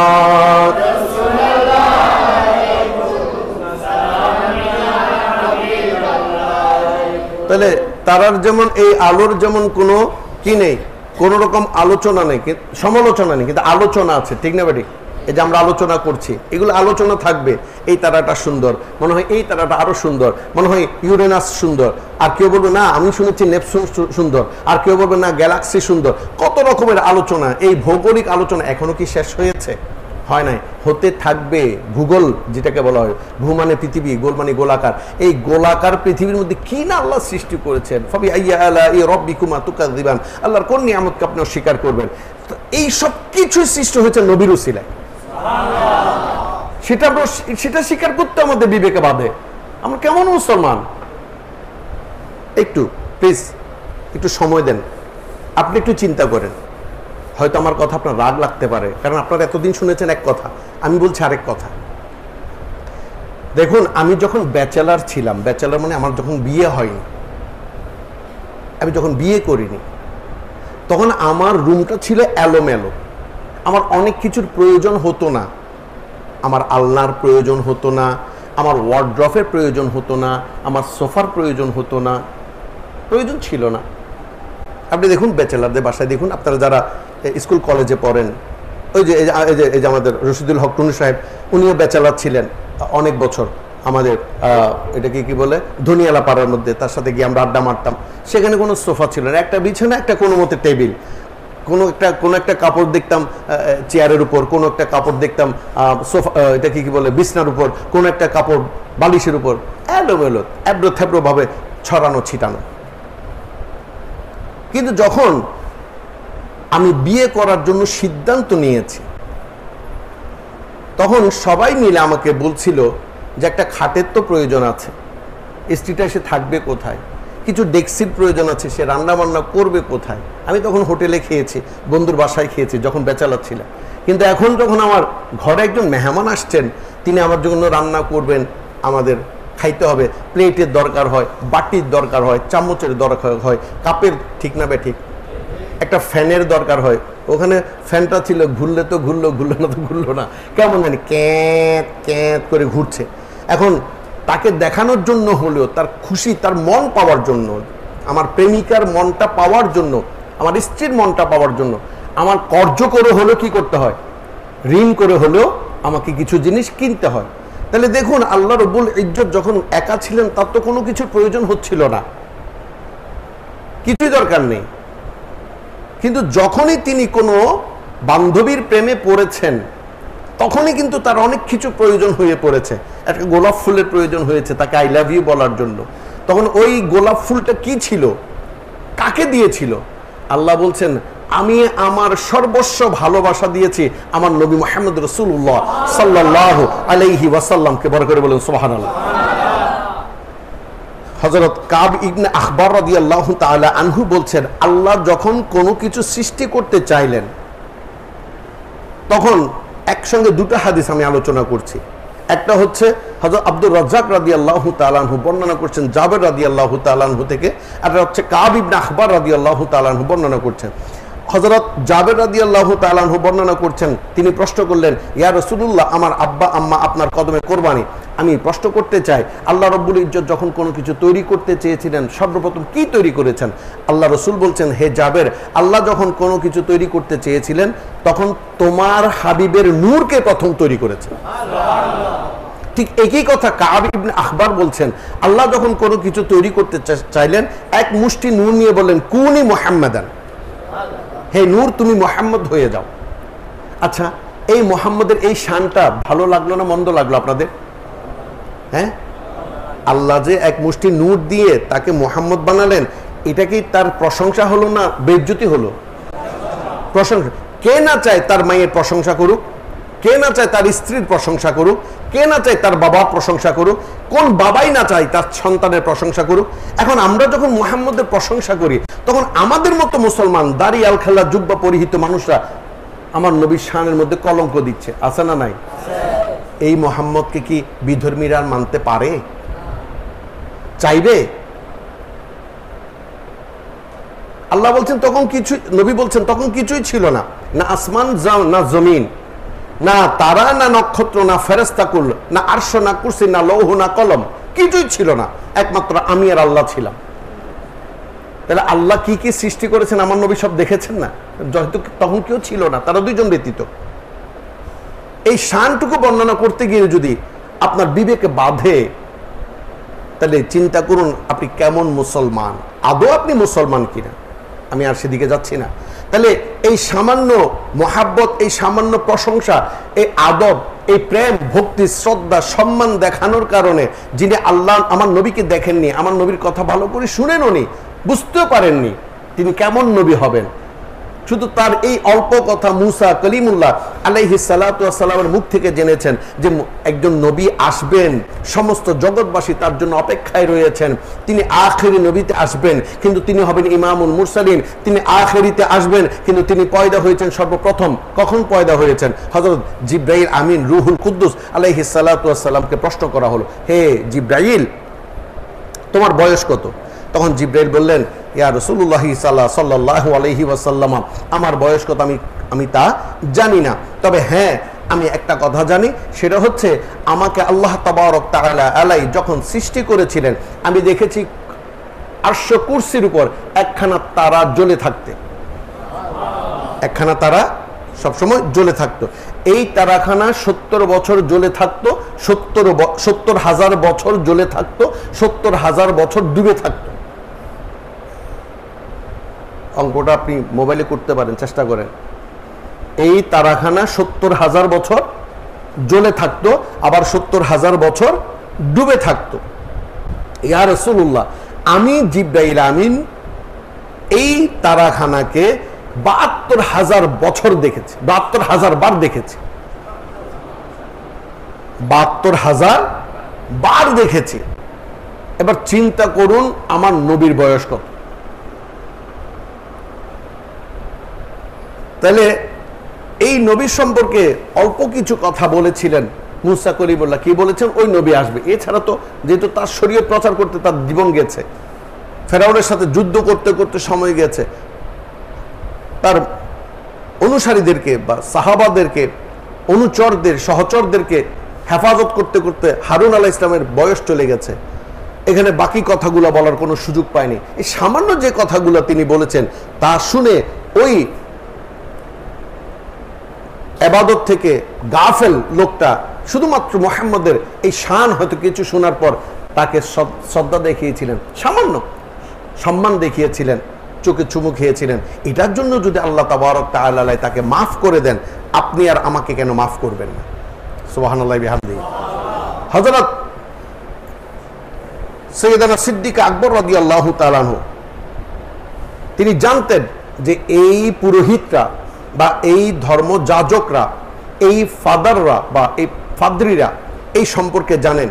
তাই তিনি তার কাছে গেলেন, তারে গিয়ে বললেন যে হুজুর, আমি একখানা স্বপ্ন দেখেছি একটু আগে। বলে কি দেখেছো?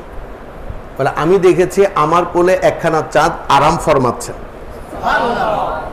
এই কথা শোনার পর পাদ্রী বললেন, ভিতরে চলে আসো।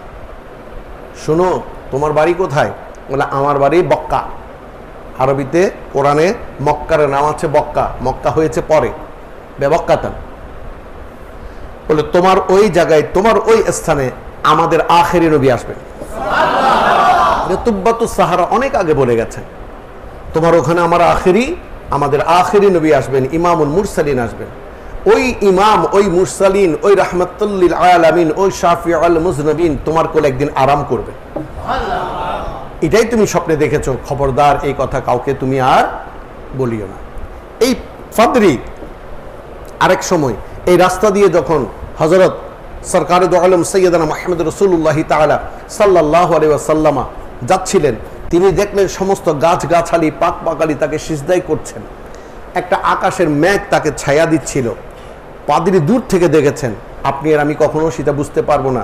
তাদের অন্তর্চক্ষু খোলা ছিল, তারা অন্তর্চক্ষু দিয়ে অবলোকন করেছেন। অথচ আমার নবীর সাথে অনেকজন সফর সঙ্গীও ছিলেন, তারা কিন্তু সেটা অবলোকন করতে পারেনি, তারা বুঝতে পারেনি। যেমন আপনাদের মুরব্বীরা বলেছেন, হয়তোবা আপনাদের দাদা দাদিরা বলেছেন, অথবা আলেমদের মুখ থেকে আপনারাও শুনেছেন। কি শুনেছেন? একটা আয়াতুল কারীমা আমরা আপনাদের সামনে উপস্থাপনা করছি। বিসমিল্লাহির রহমানির সূরা রহমানের আন-নাজমু ওয়ান-নাজমু ওয়াশ-শাজারু ইয়াসজুদান, আন-নাজমু ওয়াশ-শাজারু ইয়াসজুদান। নজম মানে তারা, গ্রহ, নক্ষত্র, যাই আপনি বলেন না কেন। আর শজর মানে গাছ। এই গাছ এবং তারা আল্লাহকে সিজদা করে। আপনি কখনো দেখেছেন?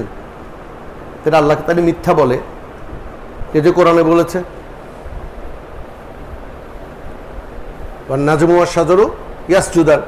আপনিও কখনো দেখেননি, আমিও কখনো দেখিনি, পৃথিবীর কেউ কখনো দেখেনি। অথচ আল্লাহ কোরআনে বলছেন, কোরআন দেখি নজম এবং সজর আমাকে সিজদা করে। তা আমরা সিজদা করলে তো হাজার হাজার মানুষ পাক খেলারিয়ে দেখে, গরু ছাগলরা দেখে। আমরা অনেক সময় পাহাড়ে নামাজ পড়েছি, সেখানে সাপ দেখেছে আমি নামাজ পড়তে। আমি অনেক সময় আমার উঠানে নামাজ পড়েছি, মুরগিরা দেখেছে, ছাগলরা দেখেছে, গরুরা দেখেছে। কিন্তু তোমরা যে সিজদা করো সেটা তো আমরা কখনো দেখলাম না। আমরা তো বিবেকবান, এত বুদ্ধিমান, এত কত কিছু আমরা আবিষ্কার করেছি, তোমাদের এই সিজদাটা তো আমরা আবিষ্কার করতে পারলাম না। ঠিক না বা ঠিক? চিন্তা করেছেন কখনো? এগুলো নিয়ে কখনো আলোচনা করেন? তা আপনি কেমনে বুঝবেন আমি যে সত্য কথা বলছি না মিথ্যা কথা বলছি? কারণ আপনার তো চিন্তার কোনো শক্তি নেই, কোনো ইচ্ছাও নেই। আসেন আর যান, বা মাহফিলে বসেন আর উঠেন, দুটো বিরিয়ানি না পেরে রেগে যান, বিরিয়ানি পেলে খুশি হয়ে যান। এই তো আমাদের মাহফিল, ঠিক না?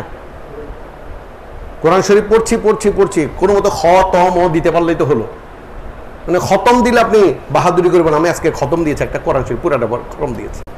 তো খতম দিয়ে তুমি কি করেছো? বলে কি করেছে মানে খতম দিয়ে সওয়াব কামিয়েছে। আপনি সওয়াবের জন্য কোরআন পড়েছেন, আল্লাহকে পাওয়ার জন্য নয়। আল্লাহকে পাওয়ার জন্য হলে আপনাকে কোরআন রিচার্জ করতে হবে, এটা নিয়ে আলোচনা করতে হবে, এই মাহফিল আপনাকে আসতে হবে, এখানে আপনাকে আমাকে প্রশ্ন করতে হবে। আমি যা জানি না সেটা যেন আমি আরো আপনার প্রশ্নের মাধ্যমে শিখতে পারি। চুপ করে বসে থাকবেন, হপ করে বসে থাকবেন, এটা কিন্তু মাহফিল হলো না। যাক, তখন বললেন যে তোমার কোলে তিনি আরাম ফরমাবেন। তাহলে দেখুন, তারাও জানতেন আমি কার কাছ থেকে প্রশ্ন করব, কোনটা সহজ সরল পথ। এই কথা যদি কোনো অজ্ঞ ব্যক্তির কাছে প্রশ্ন করতেন, তিনি কত রকমের ব্যাখ্যা বিশ্লেষণ করতেন। একবার আঁক টানতেন, একবার মিম থাকতেন, একবার ইয়া টানতে টানতে তার জীবনে লাইফ মার্ডার হয়ে যেত। আর ফাসআলু আহলে যিকির, যিনি আহলে যিকির, তিনি অল্পতে বুঝে গিয়েছিলেন যে তোমার কোলে একদিন নবী মুস্তাফা কি করবেন? আরাম ফরমা দেবেন। যখন মক্কা থেকে তিনি মদিনায় 622 খ্রিস্টাব্দে হিজরত করছিলেন, ওই অবস্থায় সৈয়দানা সিদ্দিক আকবর রাদিয়াল্লাহু তাআলা আনহুর পবিত্র কোল মোবারকে সৈয়দানা মুহাম্মদ রাসূলুল্লাহ তাআলা সাল্লাল্লাহু আলাইহি ওয়াসাল্লাম জবলে সূরের মধ্যে তিনি আরাম করেছিলেন। সুবহানাল্লাহ।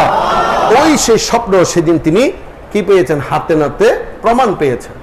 সেটা দেখুন। এবার আসুন আল্লাহ তাবারক তাআলা আল্লাহ রাসূলের জবান দিয়ে কি বলছেন, যে বিশ্বের জমিনে কোন ব্যক্তিটি সবচেয়ে উত্তম, কার ইবাদত সবচেয়ে উত্তম।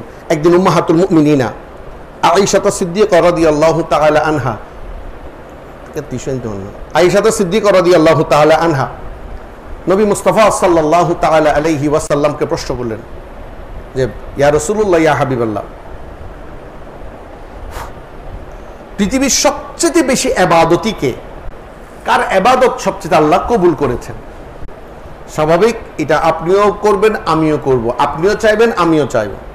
আমি যখন আমার পীরের দরবারে যাব, মনে করেন আপনি আমার মুরিদান, মনে করুন ফর এক্সাম্পল দিচ্ছি, আবার বাইরে গিয়ে বলবেন আমাদেরকে তিনি মুরিদান বানাই দিয়েছে। ভাই, আমি আপনাদের মতো মুরিদান আমার দরকার নেই, আমিও কাউকে মুরিদ করাতে চাচ্ছি না এখন আর। কারণ অধিকাংশ আমরা মুসলমানের মুনাফেক, ভয় লাগে এখন। সে যাক, তো মনে করেন আপনি আমার মুরিদান, আপনার বাবাও আমার মুরিদান।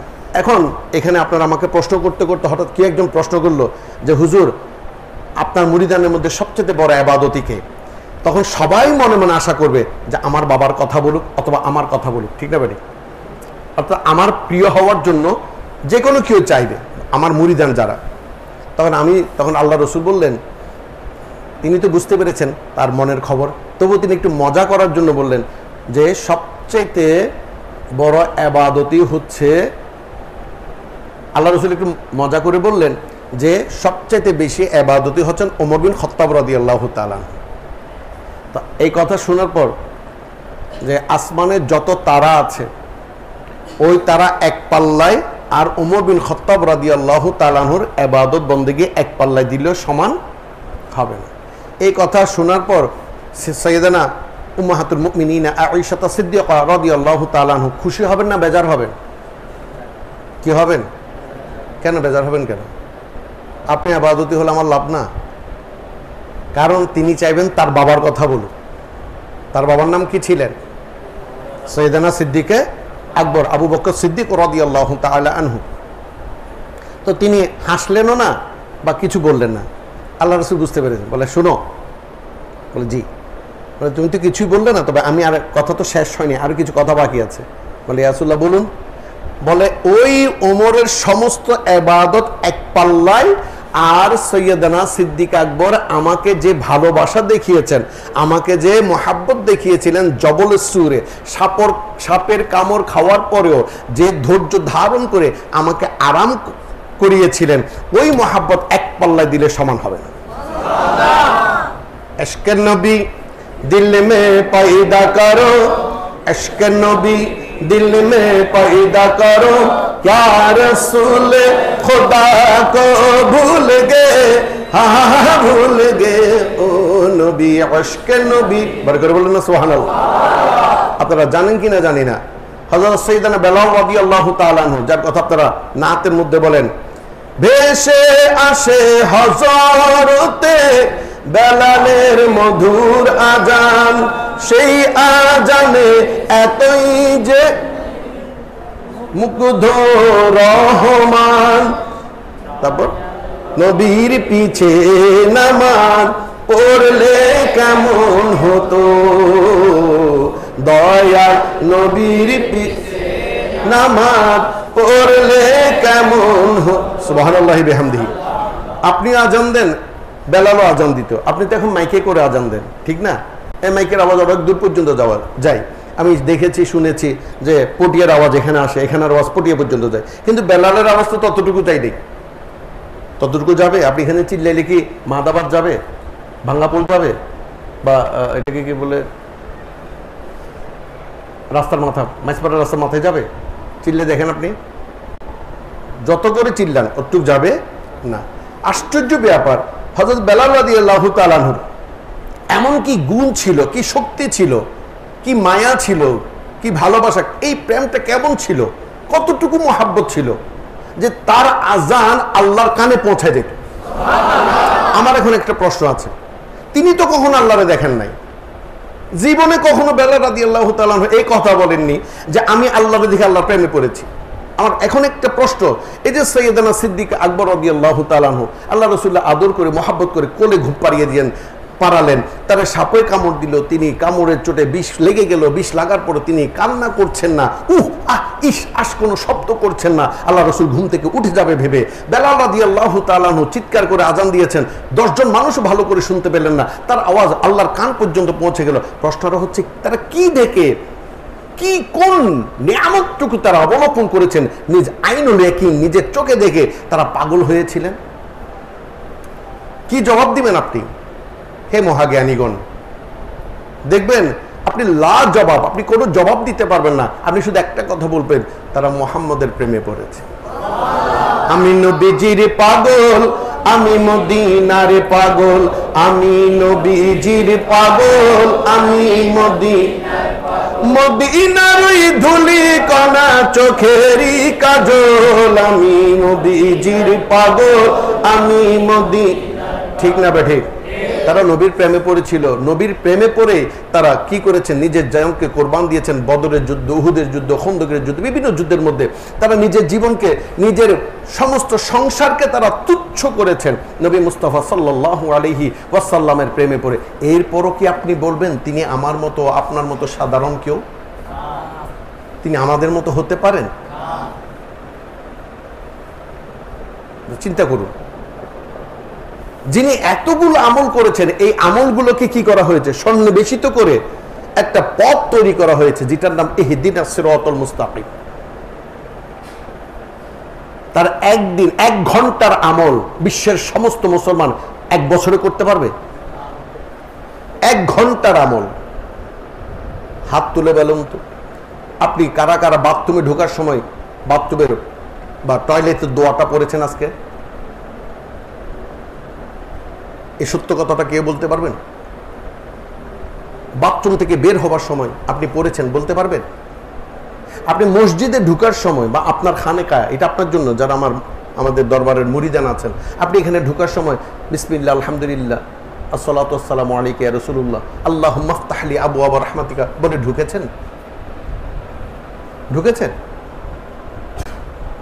24 ঘন্টার মধ্যে আপনি অনেক কিছু খেয়েছেন, পানি খেয়েছেন, নাস্তা খেয়েছেন, এই খেয়েছেন, সেই খেয়েছেন, প্রতিবার বিসমিল্লাহ বলেছেন? আপনি কত মজার মজার খাবার খেয়েছেন, আপনি ভালো একটা দোকান থেকে চা খেয়েছেন একটু অন্তর জুড়ানোর জন্য, শরীরটা শান্তি লাগার জন্য, তখন আপনি আমার জন্য দোয়া করেছেন, আল্লাহ তোমার বান্দারা সবাই যেন এই চা খাইতে পারে, করেছেন? আপনি নিজেকে মুসলমান দাবি করছেন, নিজেকে জান্নাতি দাবি করছেন, আপনার টিমকে আপনি জান্নাতি বলছেন, আপনি তো জান্নাত তো দূরের কথা।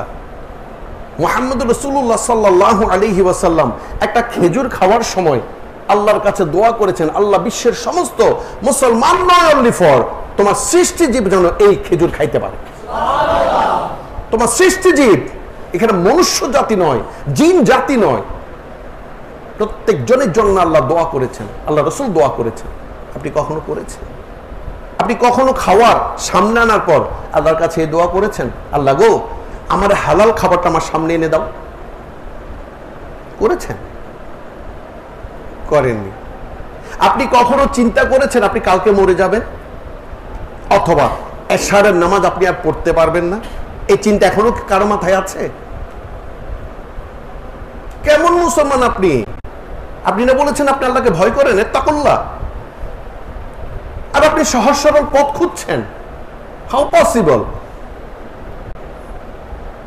আপনি কার কাছ থেকে সহজ সরল পথ খুঁজছেন? যেই ব্যক্তি যেই সুপ্রিম পাওয়ারকে আপনি স্বীকার করছেন না, যে সুপ্রিম পাওয়ারের প্রতি আপনার কোনো ভয় নেই, কোনো ভ্রুক্ষেপ নেই, এমন ব্যক্তির কাছ থেকেই আপনি আবার বলছেন আমার এই সহজ সরল পথ দেখাও, অথচ আপনার মৃত্যুর ভয়টা আপনার মধ্যে নেই। আপনি মিথ্যা কথা বলেন। আমি নয়, আপনি নয়, শুধু আমার কথা বলছি। আমরা মিথ্যা কথা বলি, আমরা গীবত করি, আমরা সগলখড়ি করি, আমরা অসুন্দর কর্মকাণ্ডের মধ্যে লিপ্ত রয়েছি। আপনি বলবেন ভাই হুজুর আমরা তো এখনো ছোট। কেন ভাই ছোট কেন? হ্যাঁ, আপনি ইলিশ মাছ কিভাবে খাইতে হয় সেটা তো শিখে ফেলেছেন। কোনটা স্বাদ আর কোনটা স্বাদ নয় সেটা তো আপনি জানেন। কোন কম্বলটা গায়ে জড়ালে শীত আপনাকে কাবু করতে পারবে না সেটা আপনি শিখেছেন। আল্লাহর বেলায় বুঝে আপনি ছোট রয়ে গেলেন, ইবাদতের বেলায় আপনি ছোট রয়ে গেলেন, ভালো কাজের বেলায় আপনি ছোট রয়ে গেলেন। আপনি চিন্তা করে দেখুন তো, এখানে ছোট বলতে তো কাউকে দেখছি না, ওই একটা মাত্র ছোট দেখছি যে নাবালক, বাকিরা সবাই সাবালক। কোন কাপড় পরলে কোন জামা পরলে আপনাকে নায়কের মতো লাগবে, সালমান খান, আমির খান, অমুক খান, হ্যাঁ সামার কুমারের মতো লাগবে সেটা আপনি জানেন। কোন সানগ্লাসটা পরলে আপনারে সুন্দর মানাবে, কোন মোটরসাইকেলে আপনাকে মানাবে, আপনি সবটাই জানেন। আল্লাহ রসুলের বেলায় আপনি উদাসীন। ভাই কাল কিয়ামত তো বেশি দূরে নয়। আপনি মনে করছেন আপনি আর অনেকদিন বাঁচবেন? আপনার চাইতে ছোট ছেলে মেয়ে মারা যাচ্ছে না? আজকে ফিলিস্তিনের মধ্যে ছোট ছোট বাচ্চারা মারা গেছে না? আপনি যাইতে পারেন না? দুর্ভিক্ষ 2 মিনিটের মধ্যে হতে পারে না? দেখেছেন আবহাওয়ার অবস্থা কেমন কেমন জানি গুমট হয়ে আছে। যে কোনো মুহূর্তে আল্লাহ তাবারক তাআলা চাইলে আমাদের উপর বড় একটা আযাব দিতে পারেন না? এই আযাবের জন্য আমরা কি প্রস্তুত আছি? পীর সাহেবদেরই খবর নাই, আপনাদের খবর কোত্থেকে থাকবে? সম্মানিত উপস্থিতি, তাহলে দেখা যাচ্ছে আমরা সহজ সরল পথটা খুঁজবো কার কাছ থেকে? কার কাছ থেকে জানবো? এতক্ষণ পর্যন্ত আলোচনা করে আমরা অন্তত একটা কথা জেনেছি। আসুন আমরা একই প্রোগ্রামে একই রকম একটা প্রশ্নের উত্তরের জন্য আমরা 10 জন আলেমকে দাওয়াত করব। এই টেবিলে বসাবো, এই চেয়ারে বসবে, আমরা অডিয়েন্স হয়ে বসবো। একটা প্রশ্ন 10 জনকে করব, একই রকম কেউ উত্তর দিতে পারবে না। এবং 10 জন এমন কন্ট্রাডিকশন আমাদের মধ্যে বাজিয়ে দিবেন যে আপনার ঈমান যাওয়ার সম্ভাবনা 16 আনায় 32 আনা হয়ে যাবে। কিন্তু 10 জন কামেল মোকাম্মেল আল্লাহর ওলিকে আনেন, তারা দেখবেন একই সূত্রে গাথা। সুবহানাল্লাহ, তারা একই সূত্রে গাথা, তারা এক কামেল হতে হবে। আমি আবারও বলছি, আমি এই কথা বলিনি আপনি কয়েকজন 10 জন পীরকে আনেন বা 10 জন ওলির কথা আমি বলিনি। আমি বলেছি 10 জন কামেল মোকাম্মেল পীর অথবা ওলিকে আনেন, তারা এসে দেখবেন একই কথার উত্তর একই রকম করে যাবে। এখানে দুটো থাকবে, 2 ধরনের কথা থাকবে। 2 জন আলেম একসঙ্গে বসতে পারেন, একজন আরেকজনের দিকে তাকাই ভাবে। কারণ তাদের গায়ের অহংকার, এলমের অহংকার। তারা মনে করে তারা আল্লাহ। যখন অসুখ হয় তারা ডাক্তারে বলে খোদা আমারে বাঁচান, তখন তারা ডাক্তারে বলে বাঁচান। এতদিন আমারে শিখেছি কি আল্লাহ বাঁচাবে, আল্লাহ খাওয়াবে। আর ক্যান্সার যখন হয়, মরার রোগ যখন হয়, আমারে বাঁচান ডাক্তার, আমারে বাঁচান। বড় আফসোস, সত্যের মিথ্যা, মিথ্যাকে সত্যের সাথে জমায় এমন ভাবে জড়ো করেছে, এখানে সত্য মিথ্যা খোঁজার আপনার আর কোনো সুযোগ নেই। আমাকে সহজ সরল পথ কে দিবেন? আল্লাহর মাহবুব বান্দারা। সুবহানাল্লাহ। দেখুন না, ওই জমানায় আবু জাহেলও কিন্তু অনেক জ্ঞানী ছিলেন, তাকে আবুল হেকেম বলা হতো। তাকে কি বলা হতো? আবুল হেকেম। হেকেম মানে জ্ঞানের ভান্ডার, অজস্র জ্ঞান তার মধ্যে ছিল। তিনি আল্লাম ছিলেন, তিনি মুফাসসির ছিলেন, তিনি মুহাক্কিক ছিলেন। কিন্তু দুর্ভাগ্য, তিনি মানুষকে হেদায়েতের পথে আনতে পারেননি, নিজে হেদায়েত প্রাপ্ত হয়নি। আজাজিল সাহেব, যিনি তৌহিদি জনতা ছিলেন, মাশাআল্লাহ বলবেন না? মাশাআল্লাহ, মাশাআল্লাহ। এই তৌহিদি জনতা জনাব শাহ সুফি সৈয়দ আজাজিল সাহেব, তিনি কত ইবাদত করেছেন, কত জ্ঞান তার মধ্যে ছিল। বেটা শেষ পর্যন্ত কি হয়েছে? ওয়াকানা মুস্তাকবারা মিনাল কাফিরিন। তাকে আল্লাহ শয়তান বলেনি, কাফের বলেছে। নবীর সাথে দুশমন, সে কাফের। নবীর সাথে বেয়াদবি, সে কাফের। আপনি কোরআন শরীফ খুলে দেখুন। কথাটা শুনতে আপনার খারাপ লাগতে পারে, হুজুর আপনি এসব কি বলছেন? আমি বলছি, আপনি কোরআন শরীফ খুলে দেখুন, এখানে রয়েছে। আপনি দেখুন, এটা আশরাফ আলী সানভী সাহেব, তিনিও লিখেছেন। এই ওই আরবির অর্থে বাংলায় তিনি বলছেন ওয়াকানা ওয়াস্তাকবারা মিনাল কাফিরিন। মানি কাফিরিন মানি কি নয়? শয়তান নয়। কাফের মানে যে আল্লাহকে অস্বীকার করনেওয়ালা, অর্থাৎ যে নবীকে অস্বীকার করলো, নবীর শানে বেয়াদবি করলো, সে আল্লাহ শানে বেয়াদবি করেছে। তাব্বাত ইয়াদা আবি লাহাবি ওয়া তাব্বা ইলা আখির। এই সূরা লাহাবের মধ্যে আবু লাহাব আল্লাহকে পাথর মারেনি। আল্লাহকে পাথর, আপনি প্রমাণ করতে পারবেন আল্লাহরে পাথর মারছে? আল্লাহরে পাথর মারেনি। আল্লাহ রাসূল একটা উঁচু জায়গায় দাঁড়িয়েছেন, পাহাড়ের গোড়াতে, একটা উঁচু জায়গায়। তাদেরকে সবাইকে ডাকলো, ডাকার পর বলল, হে আমার কওম, হে আমার জাতি, হে আমার সমাজের লোকেরা, আমি তোমাদের জন্য ভয় করছি যে আল্লাহ তাবারক তাআলা আলাই, প্রভু, মহাবিশ্বের প্রতিপালক, স্রষ্টা, খালেক, মালেক, রাজিক, রাজ্জাক যিনি, তিনি তোমাদেরকে বলছেন এক আল্লাহতে বিশ্বাস করার জন্য, আল্লাহকে ডাকার জন্য। তোমরা যদি তাতে বিশ্বাস না করো, এই পাহাড়ের পেছন থেকে এক বিশাল সৈন্যবাহিনী আসছে তোমাদেরকে অ্যারেস্ট করার জন্য, তোমরা রেহাই পাবে না। এই কথা বলার পর রেগে গেল কে? আবু লাহাব সাহেব। সে আর দেরি করলো না, একটা পাথর নিয়ে রাসূল মকবুল সাল্লাল্লাহু আলাইহি ওয়াসাল্লামের পেশানিতে মেরে দিলেন। আপনি দেখুন, এই সময় আল্লাহ রাসূলের জবান থেকে আর কোনো কথা বের হয় নাই, বের হয়েছে আল্লাহর জবান থেকে।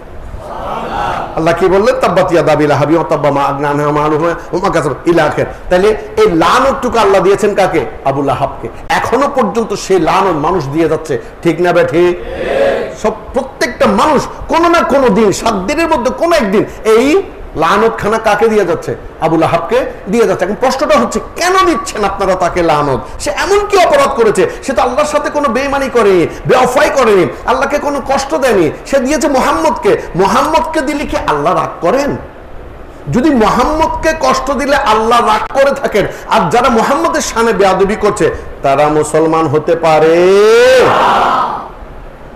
আপনি কোন দলে যাচ্ছেন, কোন মজলিসে যাচ্ছেন, কার টাকা খাচ্ছেন, কার দেওয়া বস্সু, বস্সু আমাদের চিটাঙ্গের ভাষায় বস্সু বলে, বস্সু খেয়ে আপনি মুহাম্মদের বিরোধিতা হচ্ছেন, আপনি আল্লাহর ওলিদের বিরোধিতা হচ্ছেন।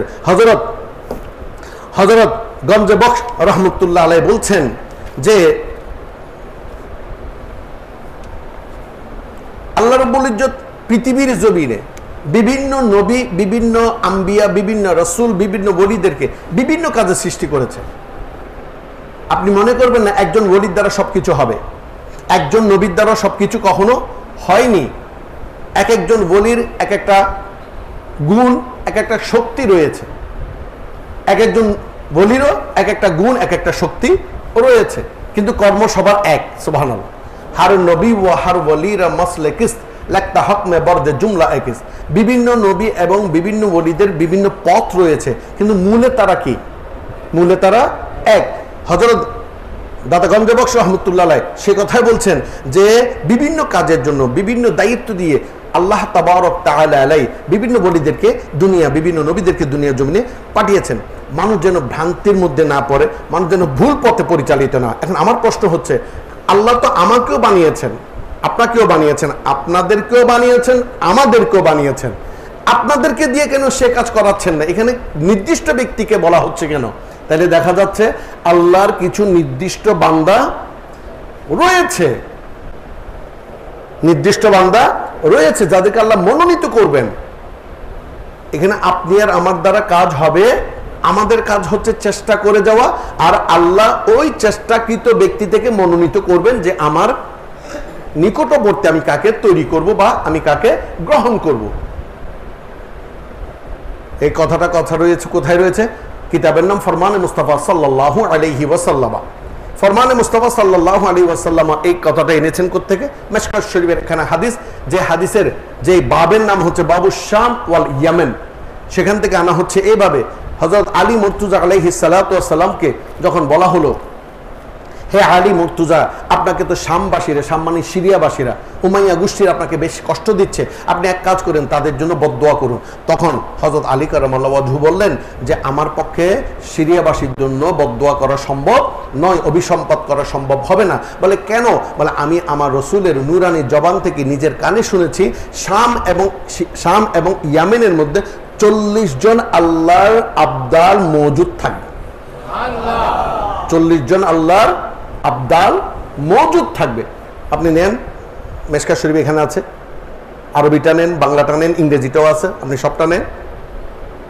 40 জন আল্লাহর আবদাল মওজুদ থাকবে, যাদের উসিলায় আমি আল্লাহ তাবারক তাআলা আলাইহি রহমত, বরকত, শেফা, দয়া, মেহেরবানি, শস্যাদি, ফল ফলাদি এইসব দান করে থাকি। সুবহানাল্লাহ।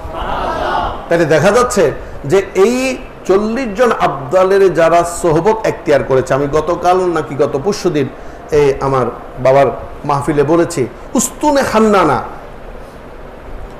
খান্নানা একখানা খেজুর গাছের গোড়ার নাম। শুনেছেন কখনো? কথা বলছেন না কেন? শুনেছেন? উস্তুনে খান্নানা একটা খেজুর গাছের গোড়ালি বা যেটাকে আমরা শিকড় বলে থাকি।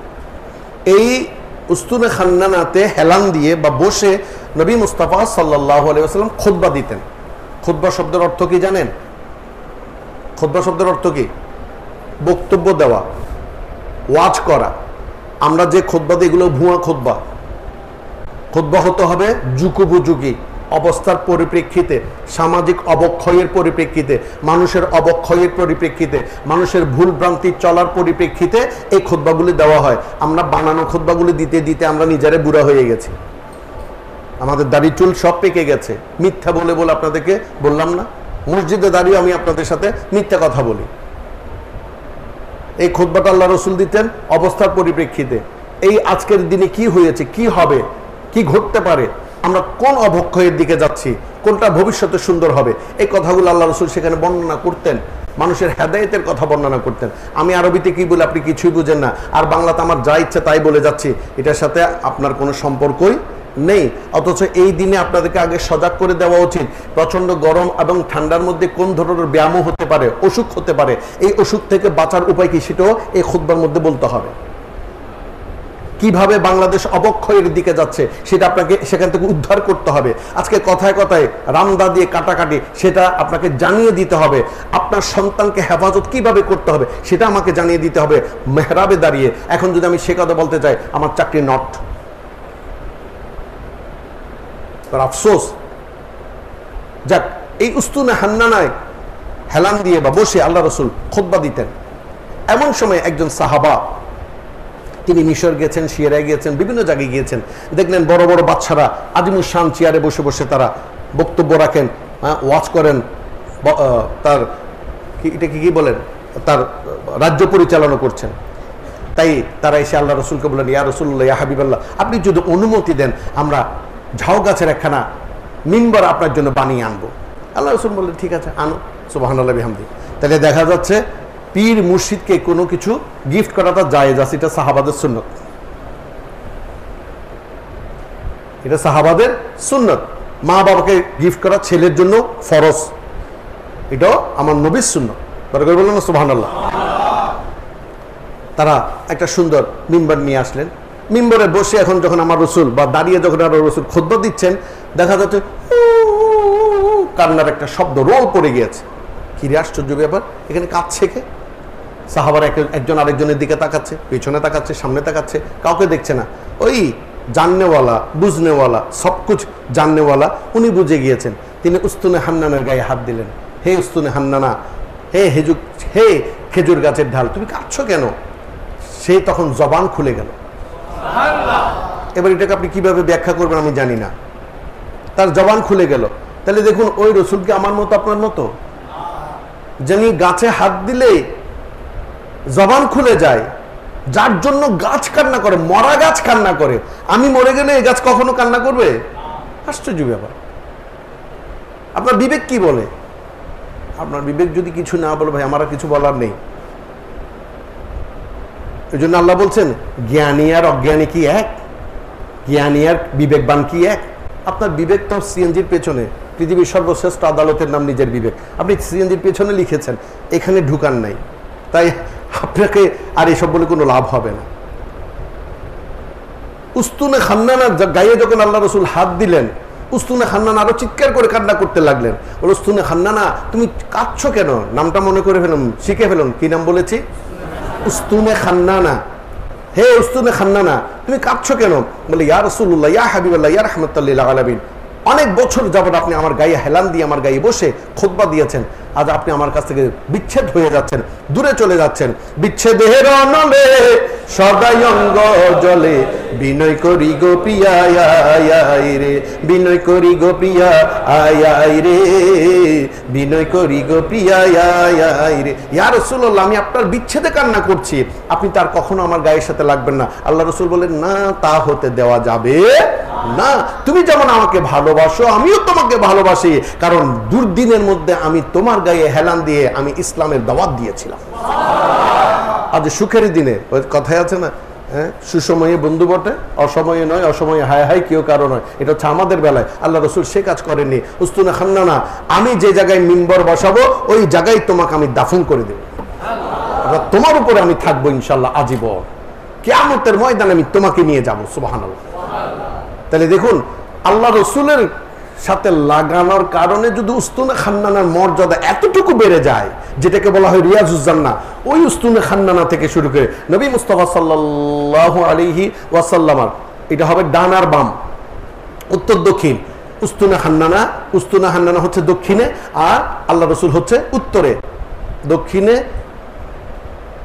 উস্তুনে খান্নানা হচ্ছে উত্তরে, আল্লাহ রসুল হচ্ছেন দক্ষিণে। উত্তর দক্ষিণ দুই দিকে মাঝখানের জায়গাটাকে বলা হয় রিয়াজুজ জান্নাহ। বড় করে বলুন সুবহানাল্লাহ। ও রিয়াজুজ জান্নাতেই উস্তুনে খান্নানা রয়েছে। আল্লাহ রসুলের হাত লাগার কারণে, শরীর লাগার কারণে সে কোনো নামাজ পড়েনি, সে কোনো হজ করেনি, সে কোনো যাকাত দেয়নি, সে করেনি, কিছুই করেনি। সে করেছে শুধু নবীর জিকির। ইয়া রাসূলুল্লাহ, ইয়া রাসূলুল্লাহ,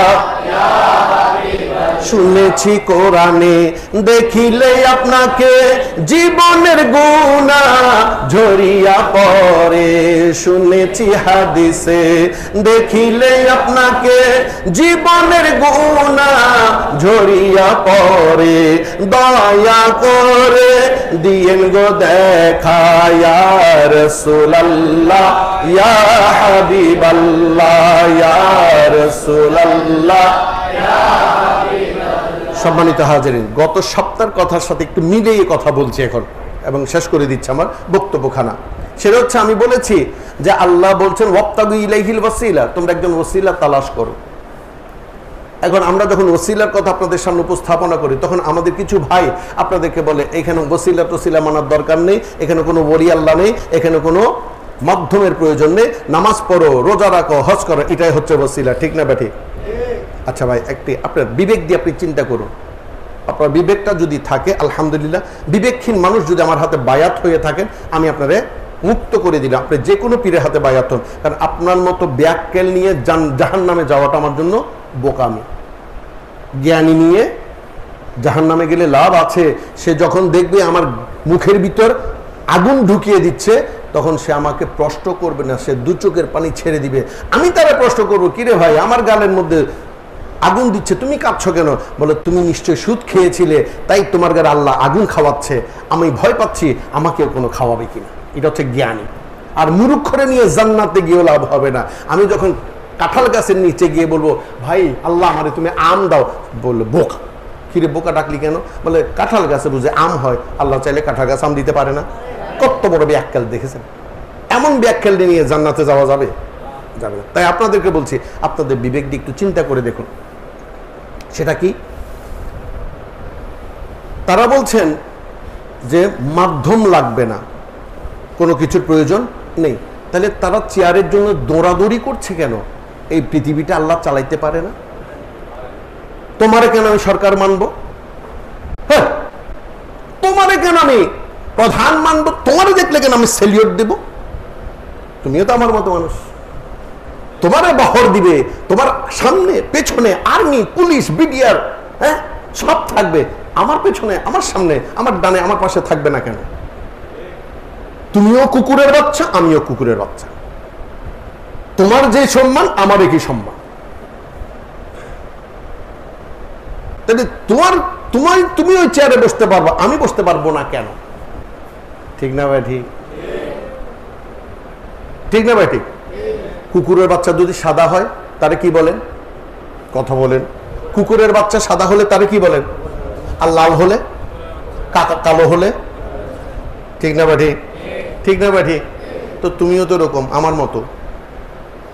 তোমার আর আমার মধ্যে তো কোনো ডিফারেন্স নেই। তুমিও দুনিয়া লোভী, আমিও দুনিয়া লোভী।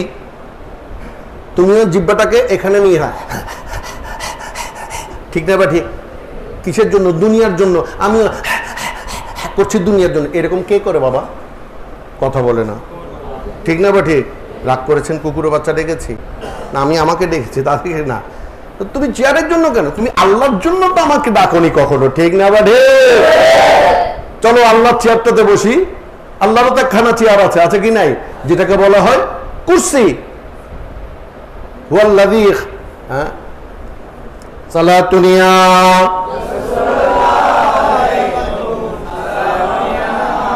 আল্লাযী খালাকাস সামাওয়াতি ওয়াল আরদা ফি সিত্তাতি আইয়ামিন সুম্মা ইসতাওয়া আলাল আরশ। তিনি আরশের উপর অধিষ্ঠিত রয়েছেন, কুরসিতে বসেছেন, যেটা আয়াতুল কুরসি বলা হয়। তুমি তো ওকে সেই চেয়ারের কথা কখনো বলনি। সেই চেয়ারের কথা বলেছে আব্দুল কাদের জিলানী, খাজা গরিবে নওয়াজ, গাউসুল আযম ইসবান্দারি, আমিরুল আউলিয়া রাদিয়াল্লাহু তাআলা আনহু, শাহ হাসান আউলিয়া রাদিয়াল্লাহু তাআলা আনহু, আবুল খায়র সুলতান হুরি রাদিয়াল্লাহু তাআলা আনহু, বিশ্বের तमाम কামেল মুকাম্মেল ওলি আল্লাহরা বলেছেন, তুমি আমাকে লোভ দেখাচ্ছ ওই চেয়ারের যেটা সংসদ ভবনের মধ্যে রয়েছে। একদিন পর যদি সেখানে একটা ভূমিকম্প হয়, ওই 9 তলা ভবন ভেঙে চুরমাচুর হয়ে যাবে। আর এখানে যে আমার আরশ আযম করেছি, এটা কখনো ভাঙতে পারবে না। এই জন্য এটাকে হেফাজত করার জন্য, এটাকে রোগে পেয়েছে, রোগ। এইটার ডাক্তার পৃথিবীর জমিনে কেউ নেই। আমি শুনেছি হার্টের যাদের রোগ হয়, ব্লক হয়, যাদের ব্লাড সার্কুলেশন বন্ধ হয়ে যায়, তখন ডাক্তাররা ওপেন হার্ট সার্জারি করে তাকে আবার সুস্থ করে আবার সেলাই করে দিলে ওই মানুষটা বেঁচে যায়। কিন্তু বন্ধু, এমন কোন ডাক্তার পৃথিবীর জমিনে জন্মগ্রহণ করেনি।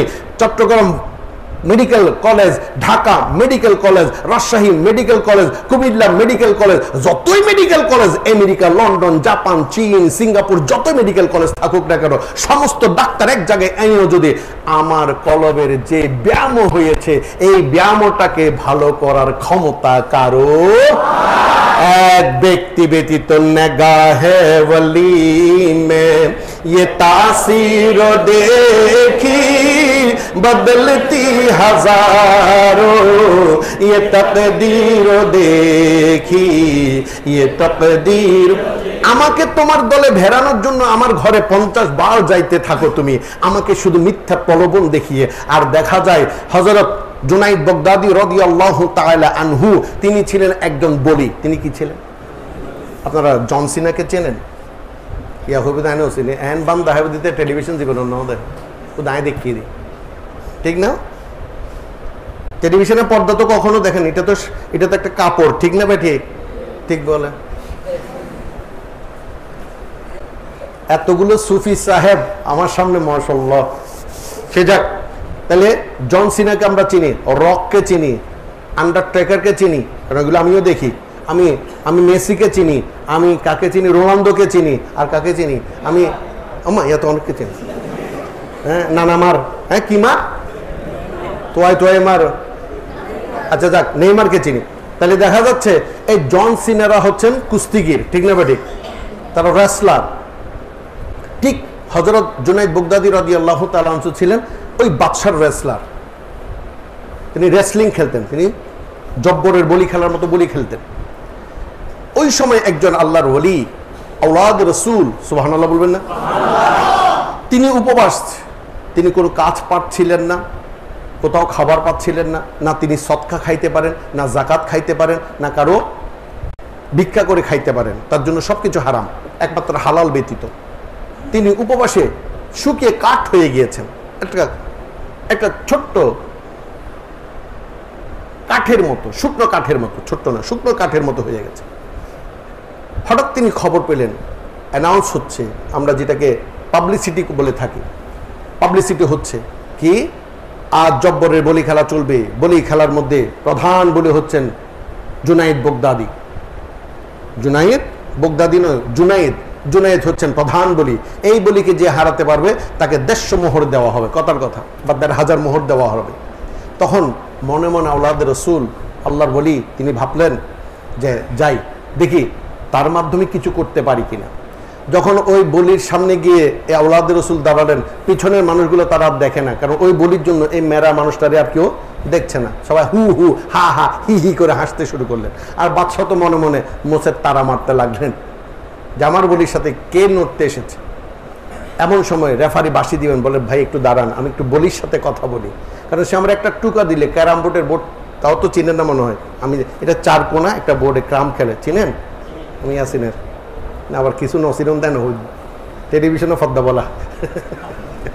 যাক, তো ক্যারাম বোর্ডের গুটির মতো যদি আমার একটা টুকা মারে, আমি ওখানে গিয়ে পড়বো, এমন বলির সাথে আমি খেলতে এসেছি।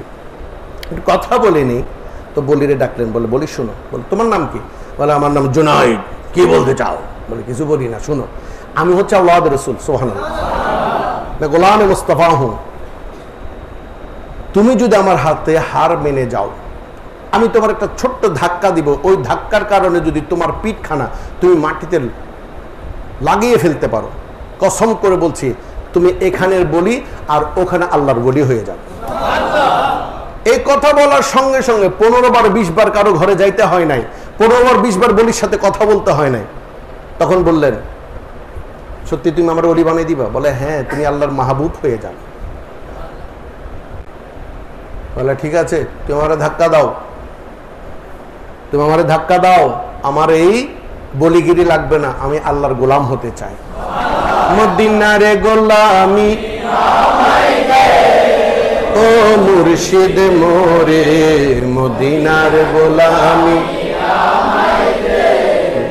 গোলামে মুস্তাফা যারা, সঠিক ঈমান পেল তারা, গোলামে মুস্তাফা সঠিক ঈমান পেল তারা, সেই ঈমান নসিব কইরা দে ও মুর্শিদ মোরে, মদিনার গোলামি। এখানে আমার একটা প্রশ্ন হচ্ছে, বলি বা গলি যেই বলুন না কেন, সে কি আল্লাহকে দেখেছে, মোহাম্মদকে দেখেছে? কাউকে দেখে না। সে আওলাদ রাসূলের কথা বিশ্বাস করেছে। বিশ্বাসে বিলাই বস্তু, তর্কে বহুদূর। সঙ্গে সঙ্গে তারা ধাক্কা দিল, সে তার পিঠ যখন মাটিতে পড়ে যাওয়ার সঙ্গে সঙ্গে সে আর জুনাইদ বলি নয়, সে জুনাইদ বাগদাদী রাদিয়াল্লাহু তাআলা আনহু হয়ে গেল। নামাজ পড়েছে, রোজা রেখেছে, হজ করেছে, জাকাত দিয়েছে, নবীর গোলাম, নবীর আওলাদের ছোঁয়ায় তার তকদির পরিবর্তন হয়েছে। আর তুমি 15 বার গিয়ে আমার তকদির পরিবর্তন করতে পারো? তাহলে সহজ সরল পথ কোনটা?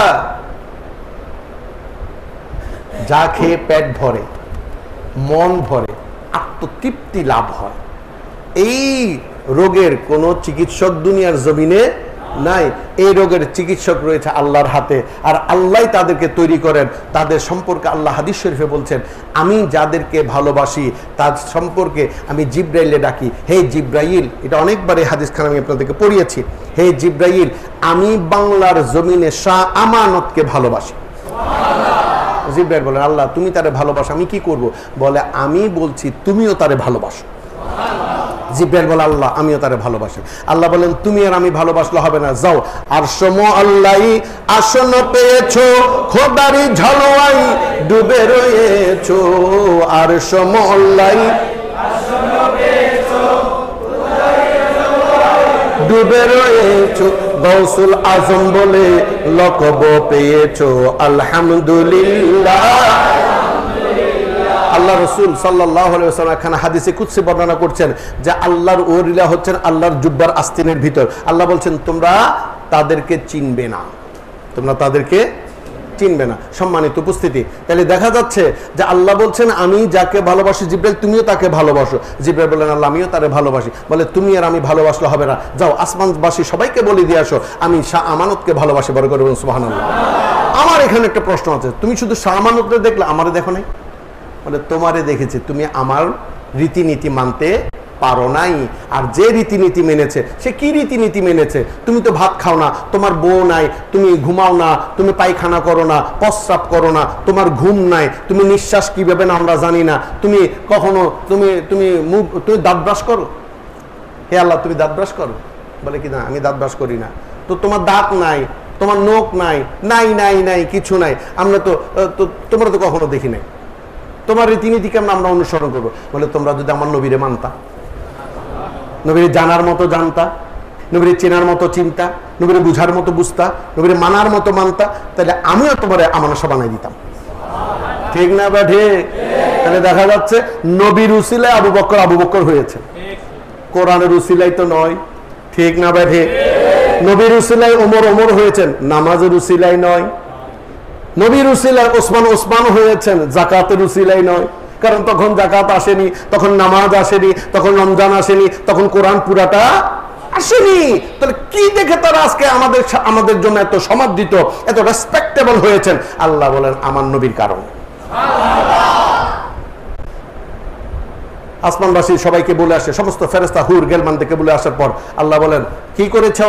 বলে, আল্লাহ আমি সবাইকে বলে এসেছি, তারা সেখানে তার জিকির করছে। বলে, হবে না। বলে, কি করতে হবে? বলে, যাও দুনিয়ার জমিনে গিয়ে যাদের অন্তরের মধ্যে নবীর প্রেম আছে তাদের অন্তরে আমার ওলির প্রেম ঢুকিয়ে দাও। এভাবে আল্লাহর ওলি দুনিয়াতে পয়দা হন এবং তাদের উসিলে এইটা ভালো, এটা ভালো করার জন্য, সমস্ত কিছু থেকে নিজেকে হেফাজত করার জন্য, ষড়রিপুকে দমন করার জন্য মাওলার রেজামন্দি ছাড়া কোনো উপায়। আল্লাহ আমাদেরকে বুঝে আমল করার তৌফিক দান করুন। ওয়ামা তৌফিকি ইল্লা বিল্লাহ ওয়ামা আলাইনা ইল্লাল বালাগুল মুবিন। আসসালামু আলাইকুম ওয়া রাহমাতুল্লাহি তাআলা ওয়া বারাকাতুহু।